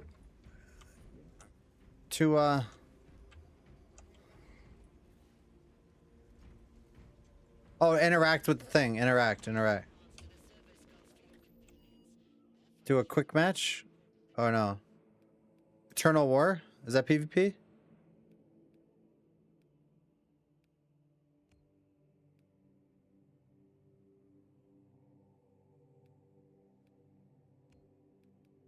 See if we can get a quick match. Oh dang, there's people joining. Let's go. Honey Girl, yes, they did get nerfed. Winterglass got nerfed.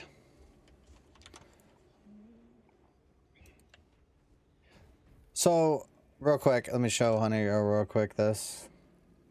She's asking.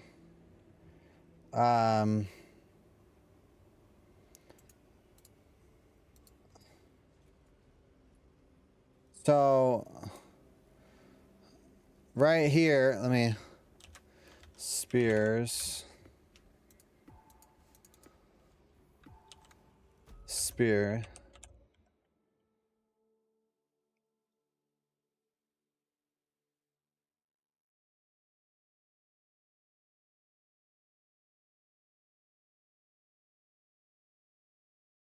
Lightning spear. Okay, what's going on? The patch notes are huge. Oh, right here.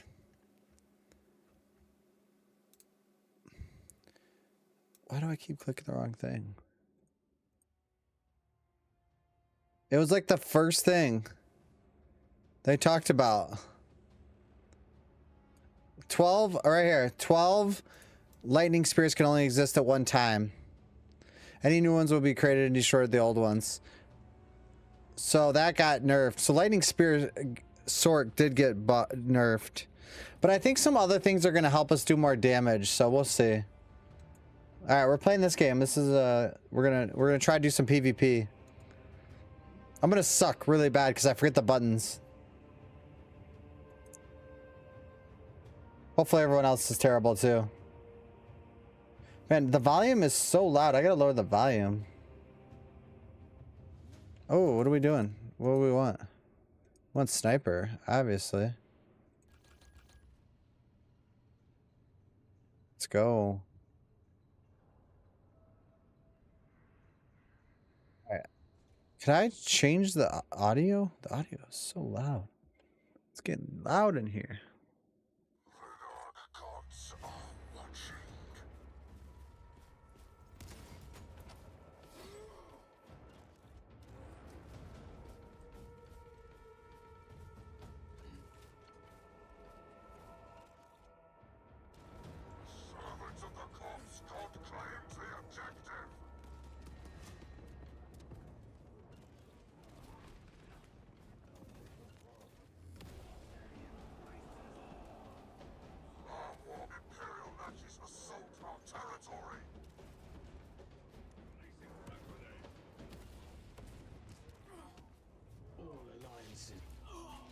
My gosh.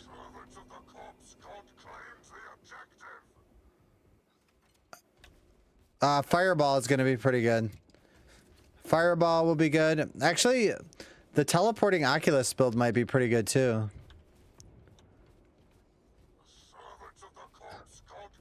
This weapon sucks. I don't remember how to switch my item. Oh, here it is. Oh, get away. Get away. How do you fly? I forgot how to fly.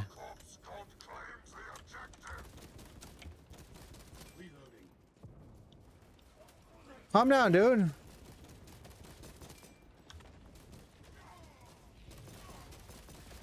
That's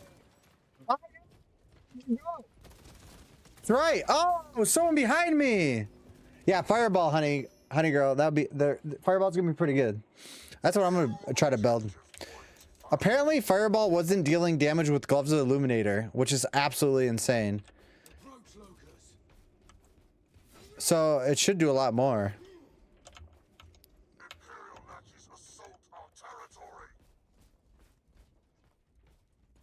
Yeah, I'm gonna run that for sure.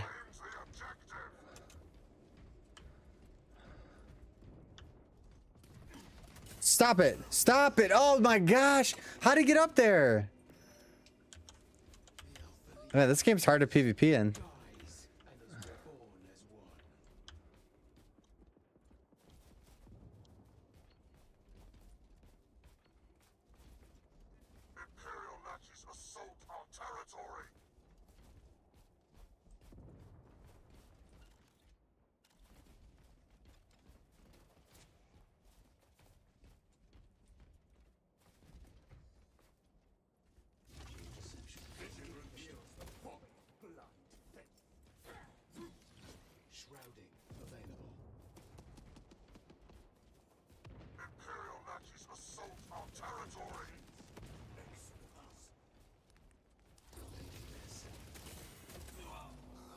My gosh.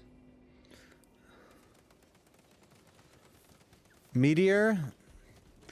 They didn't show me anything that it will be, unfortunately. Nothing when I look through the patch notes shows me it will be.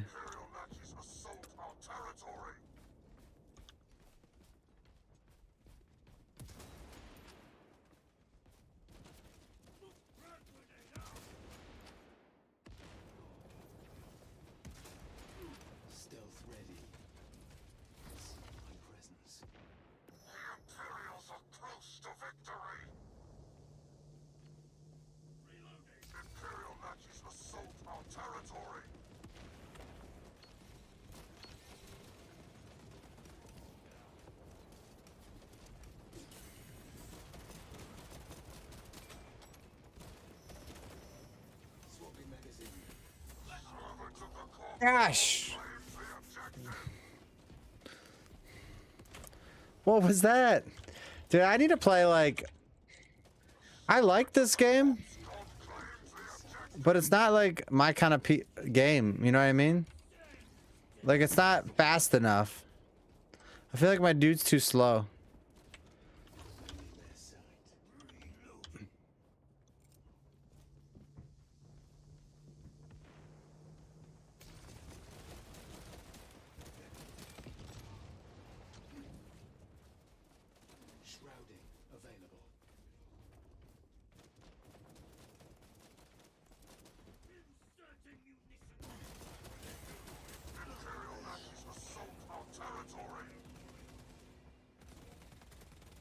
Dude, how do we just get owned like that?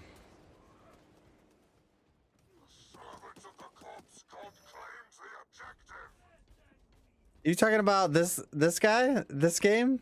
This is my first time ever PvPing in it, Minnie. Calm down.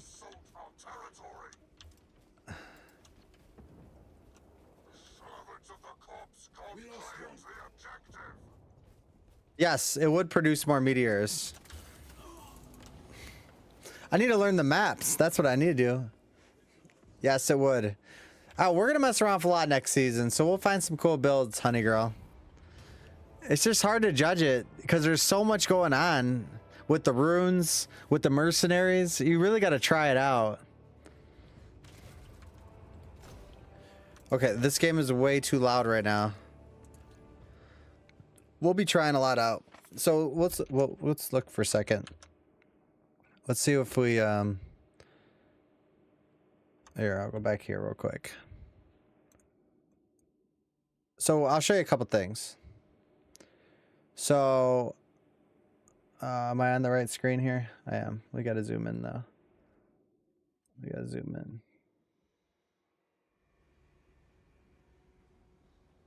Where was it? Where was it? This is cool for the Oculus.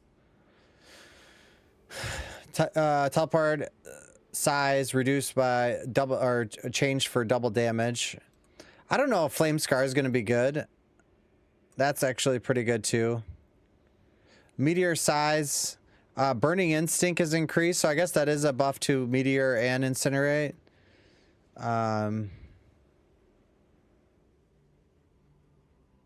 So there's like a few things in here, but there wasn't a lot that changed for Sork. This has a little bit more. Oops.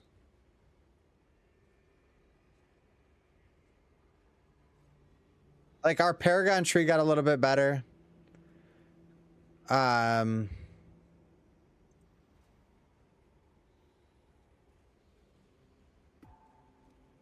Oh, this is really good for Fireball. This is really good for Fireball. Casting Fireball, increase its radius by 50% and burns enemies for 10% over 6 seconds. That is really good for enhanced Fireball. Also, this is going to be really good. Where's that?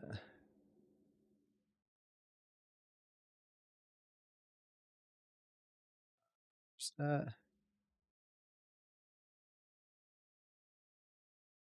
Fixed an issue where Fireball damage modifier was additive and now it's multiplicative. Where that's crazy. And then fixed an issue where Fireball didn't deal damage with Gloves and Illuminator. So that's wild that that's not. That's kind of insane. So, all right, let me see what this game's trying to do with me. Are they putting me another capture and control? All right, I think we won that last game. I don't know. What do you guys think? Did I win? All right, we're gonna play better this time. We gotta redeem ourselves here. This ain't Fortnite though. I feel like I like Fortnite because it's so fast. One thing we have to do before we get this game started is turn the volume down of the game. The volume of the game is blowing out my ear noggins.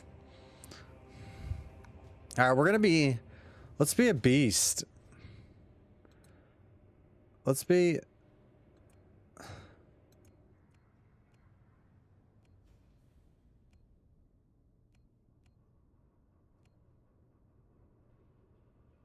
Let's try. Oh, this class unavailable. We'll be tactical. Yeah, I mean, Lightning Spear was the best build in the game, so it's like they can't just leave it the best build in the game for every season. You know what I mean? It just wouldn't make sense. But I'm kind of glad too, because we need to find different builds. Like, I don't want to play Lightning Spear again next season.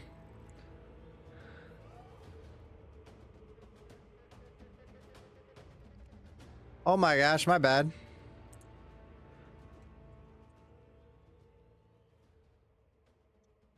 Do you have the Discord? Are you in the Discord? Now I feel bad. After this match, I'm gonna get you in the clan. All right, let's do this. All right. I'm just gonna go up and smash somebody with my weapon.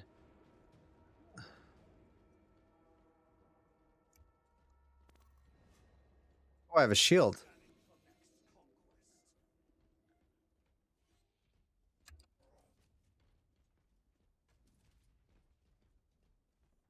Are you in the Discord? Oh, watch this, guys. Well, we're gonna go smash these guys. You see me? Let's go get them. Hopefully they went this way. Where'd they go?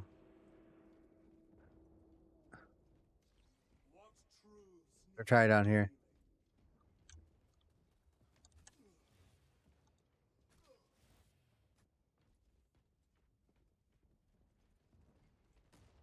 Get them. Watch. Sorry.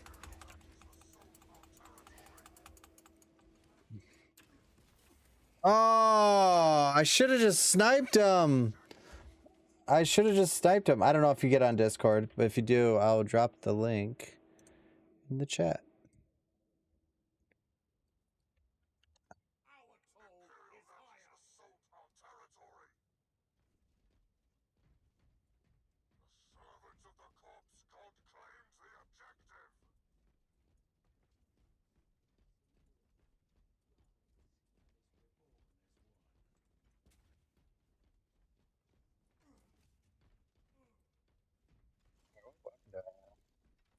I like this weapon.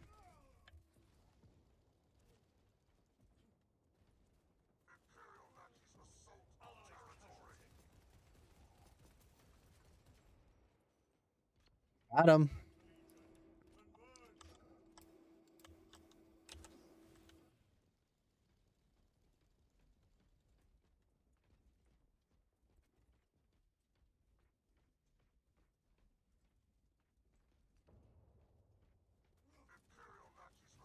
I seen you.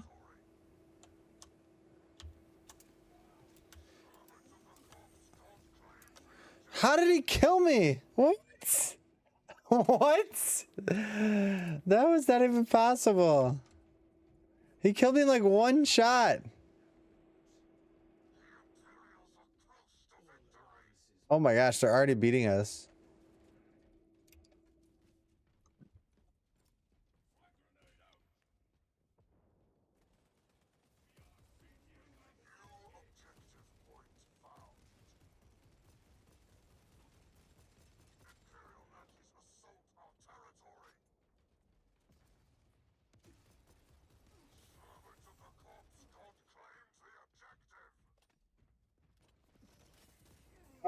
I seen him. I heard him running behind me. They're gonna beat me. They're gonna beat us. Stop it. All right. Fortnite is way better in this game, by the way. In terms of PvP.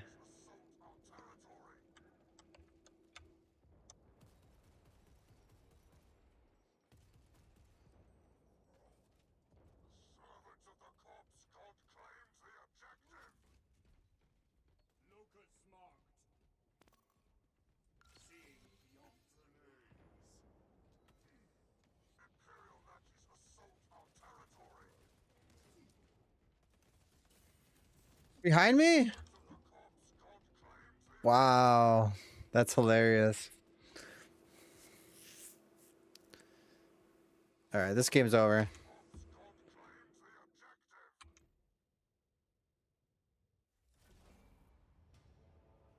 Dude, that's rough. That is rough. Rough.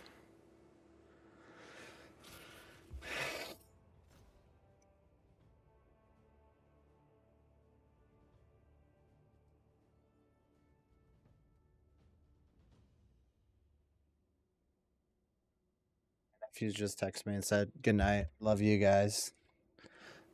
What a G. All right, we got to get out of here. All right, we got to go invite. Well, I feel bad. I feel terrible. Hunter Girl wants to join the clan.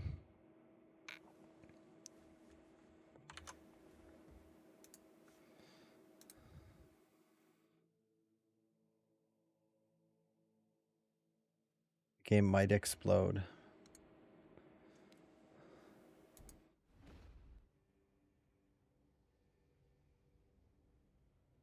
I got the stream open.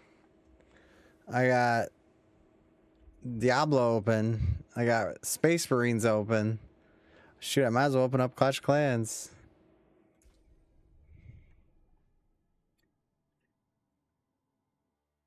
We shall see.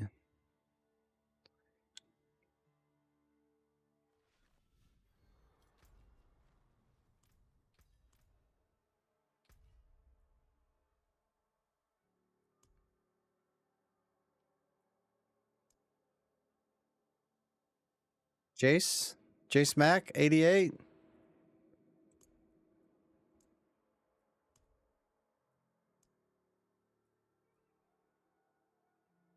It's you?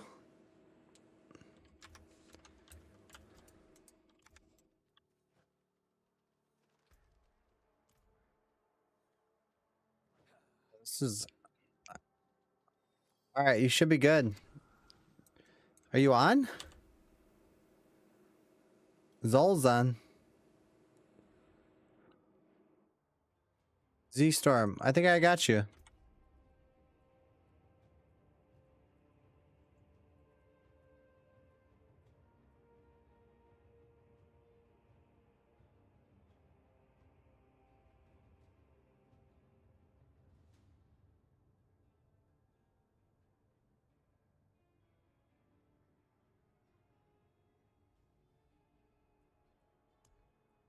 Oh, Z-Storm, yeah, I got you.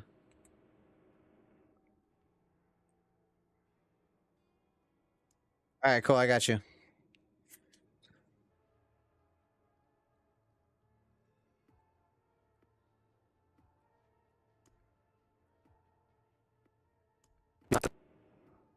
I need some pills and Keystone Light. What?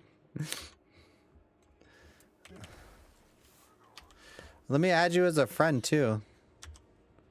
Thank you.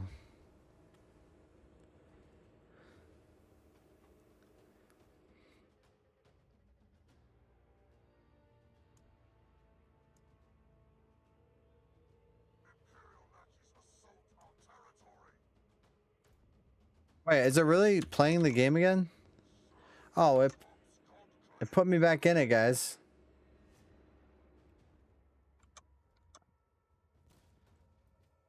It put me back in it. They want me to go.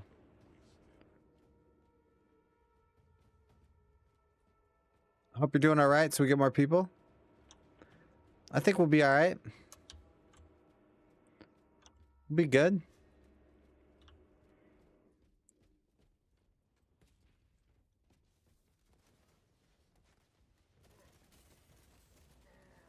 Oh, that's not good.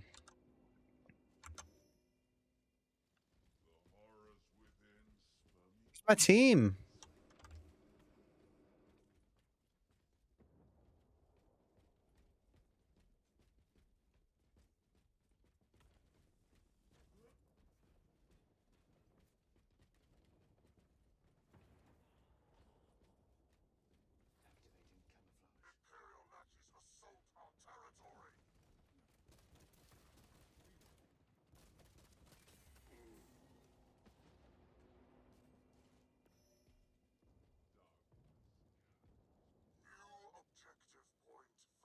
What is RYJNIX?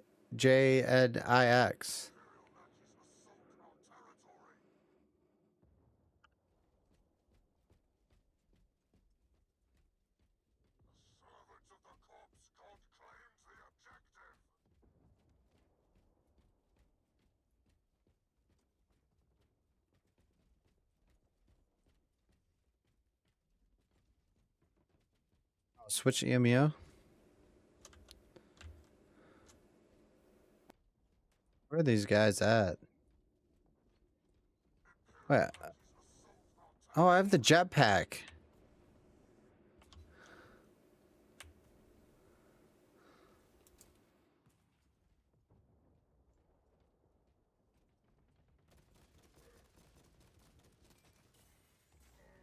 Dude, you die so fast.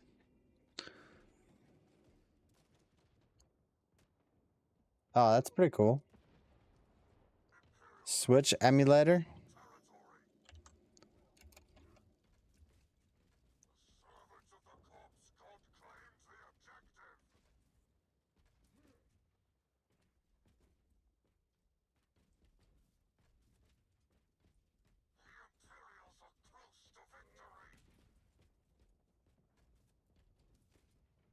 These guys are smoking us.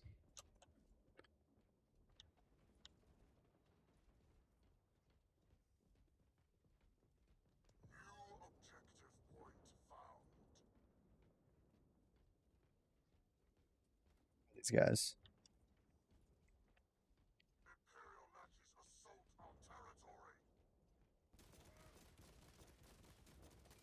How many headshots? How many headshots do I need? They got better weapons. I can't believe the weapons they have. The weapons are crazy.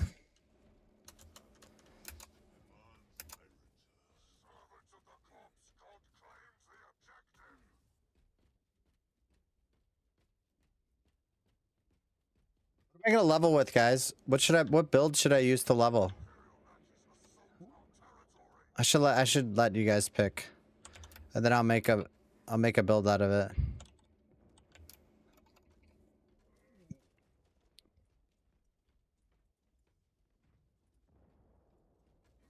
What have I not leveled with? I think I've leveled with everything. Should I level all conjurers? All conjurers, Sork. Leveling with that? Maybe I should. Might be kind of fun, actually.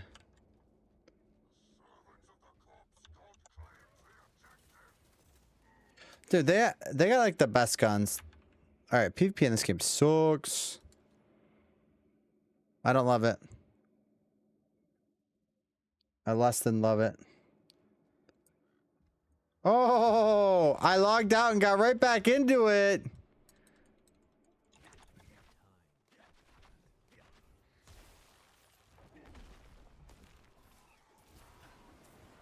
This game's way better.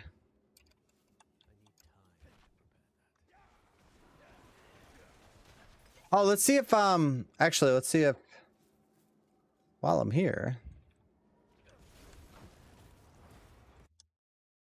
Let's see if they have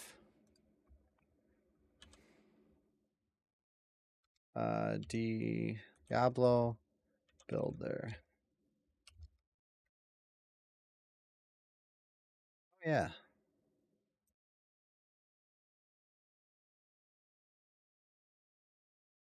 Let's do this. This might be more fun.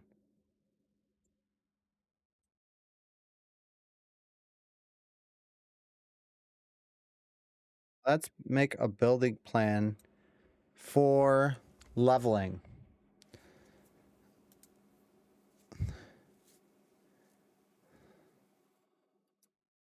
All right, this is going to be my scratch build for leveling Season 6 Vessel of Hatred for the Sork. Let's go right into the skill tree. So let's figure out how we want to level. We're going to get 10 points right off the rip. I think we do Incinerate. Oh, this is gonna be so good, guys. Wait till you see it. We're gonna do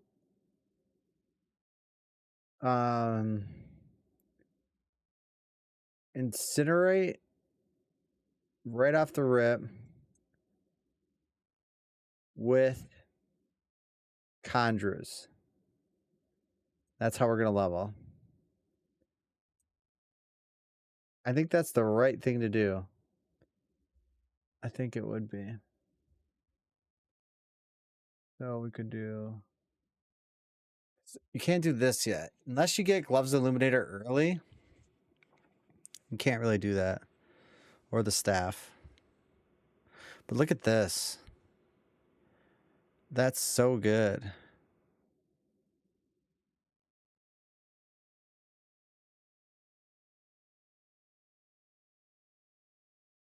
Actually, I think fire is going to be the best builds for Sork. I really do.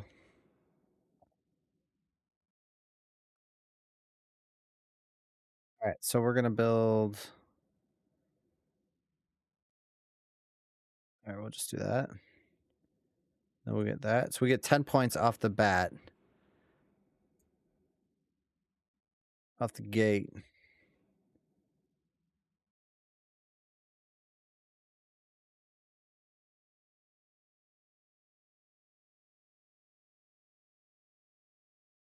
If we need it. Oh, what we'll do is. Yeah, that's the only two we're going to do. Do we even need Flame Shield to level? Probably not.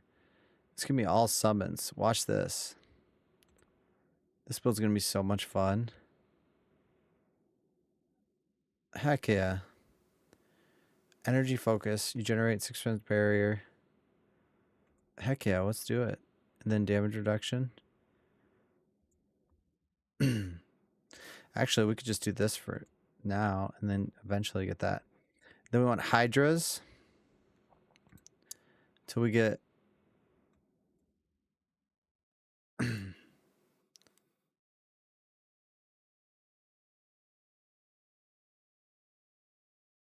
burning there. Then we want this. This.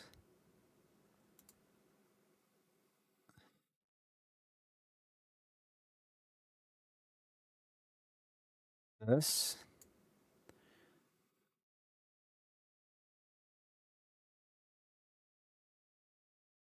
Ice.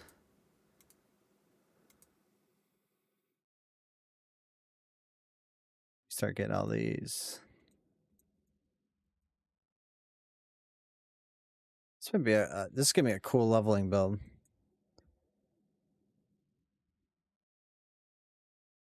Percent cooldown reduction. Heck yeah.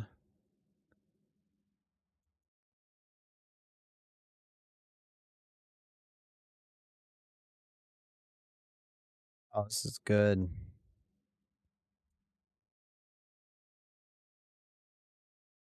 There's so many points.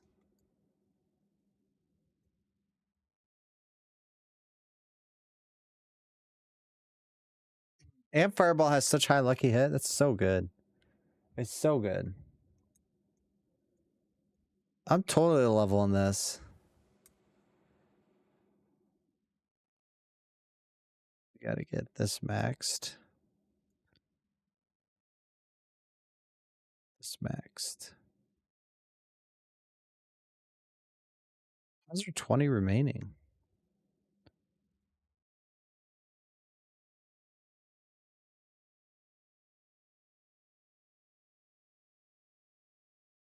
Oh, I see what you're saying. I see.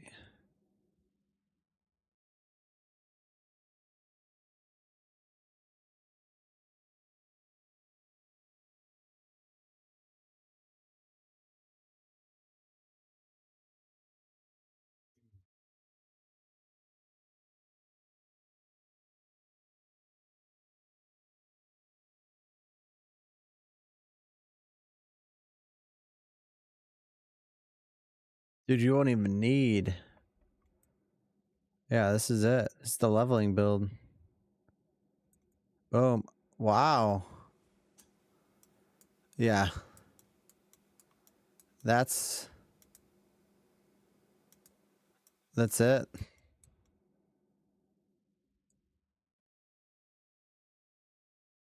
Yep, that's what we're doing. Right there. That's the leveling guide. I like it.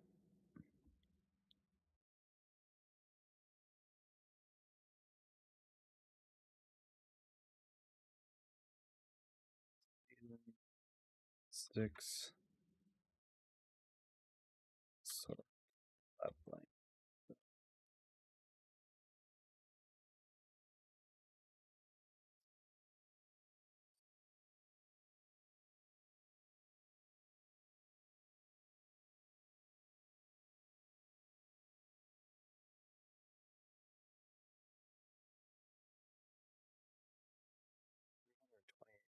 It's crazy.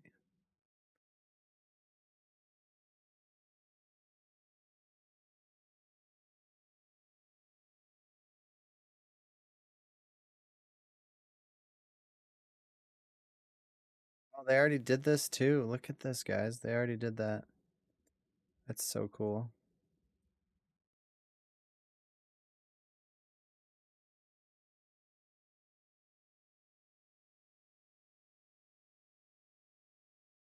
So you can have 2, 3 hydras, 4, 5, 6, 7.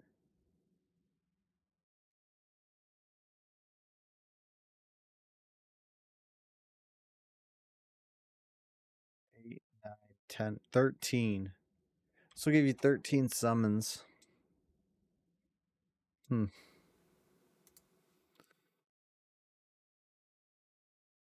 Oh, Storm. I got your friend request. My bad. Oh, I'm so leveling Summon Incinerate. Excuse me. That's it. That's the dream. That is the dream.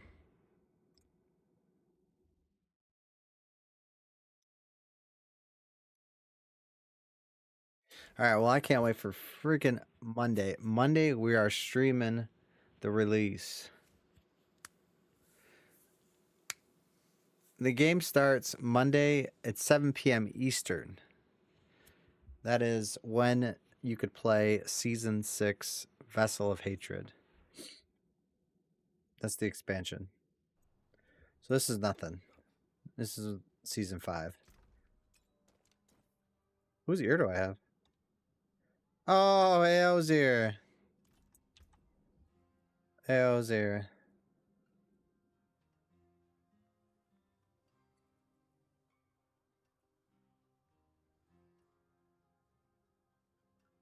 Yeah, what we'll do tomorrow is I'll make a better recap video of the season because I was kind of just going through everything tonight on the stream. But what I'll do is I'll make a better recap of it so we can kind of get a couple ideas of some of the cool things the season's gonna have, how it's gonna look. I think that would make more sense. So, but yeah, tonight I just want to kind of educate myself, and the game is dead. Yeah, the game's dead. Look at my friends list. Just new Storm. There's Storm. She's playing. Let's see who she's playing with. Zol.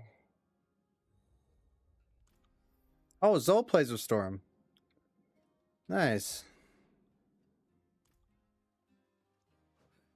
What y'all doing?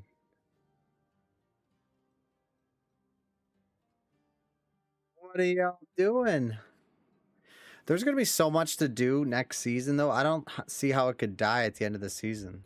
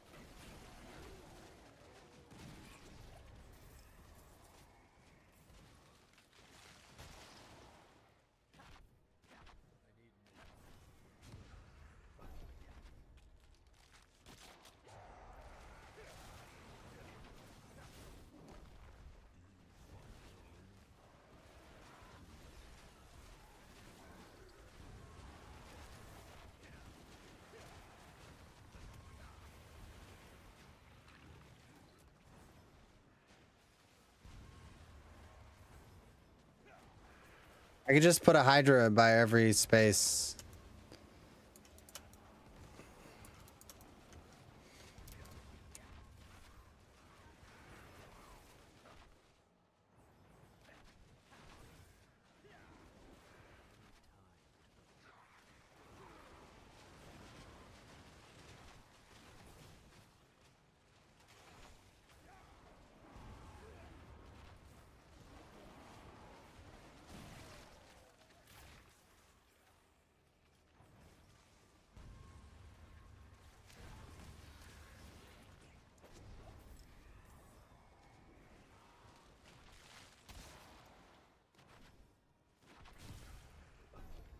Yeah, we only got to get through the weekend. And then season 6 will finally be here.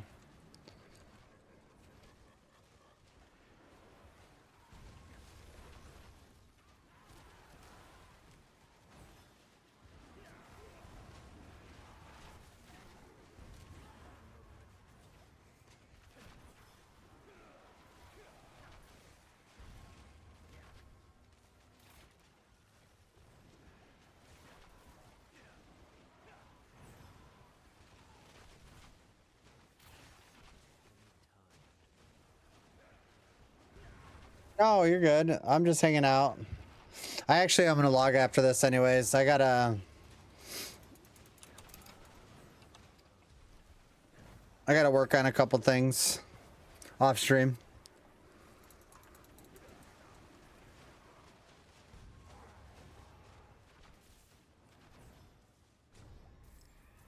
We have like 52 people.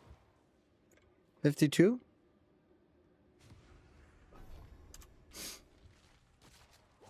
Mighty already got 2 levels. Let's go.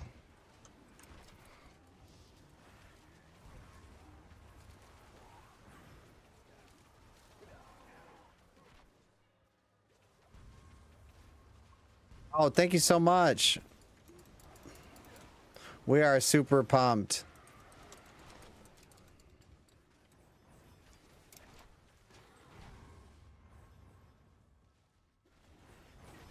Couldn't be more excited.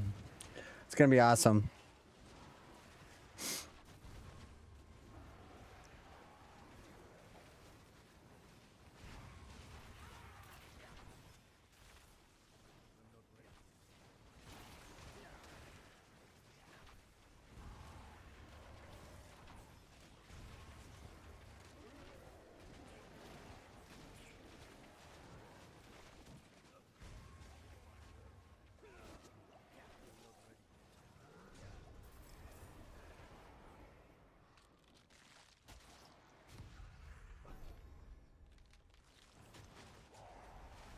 Get those Hellborns.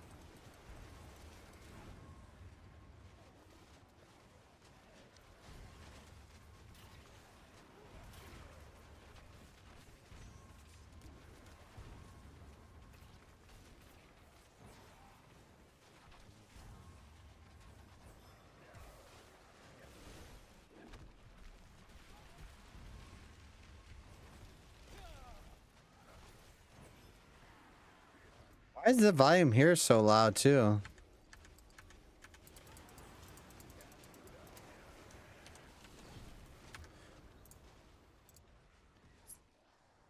It's like I can't even hear myself think. All my game volumes are so loud. Holy.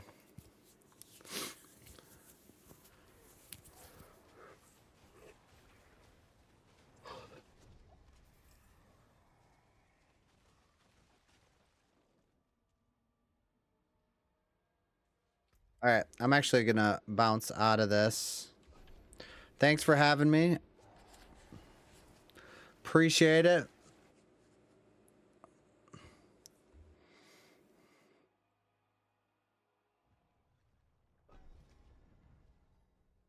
All right, so let me leave the party so I don't make it harder. All right, so thank you guys for watching the stream. I'm gonna do something a little bit different this today. You're welcome. My pleasure. We're gonna make short videos on all the updates and not make like a ton of like a big long video that's going to be 30 something minutes that nobody's going to watch. So we're just going to make like quick, like 5 to 8 minute videos around just the certain things that are changing in season 6, some of the updates. That's it. Boom. Quick watch if you want to, if not, whatever. But that's what my plan is. So thank you guys. Have a good night. And I will see you in the next stream Monday when it launches.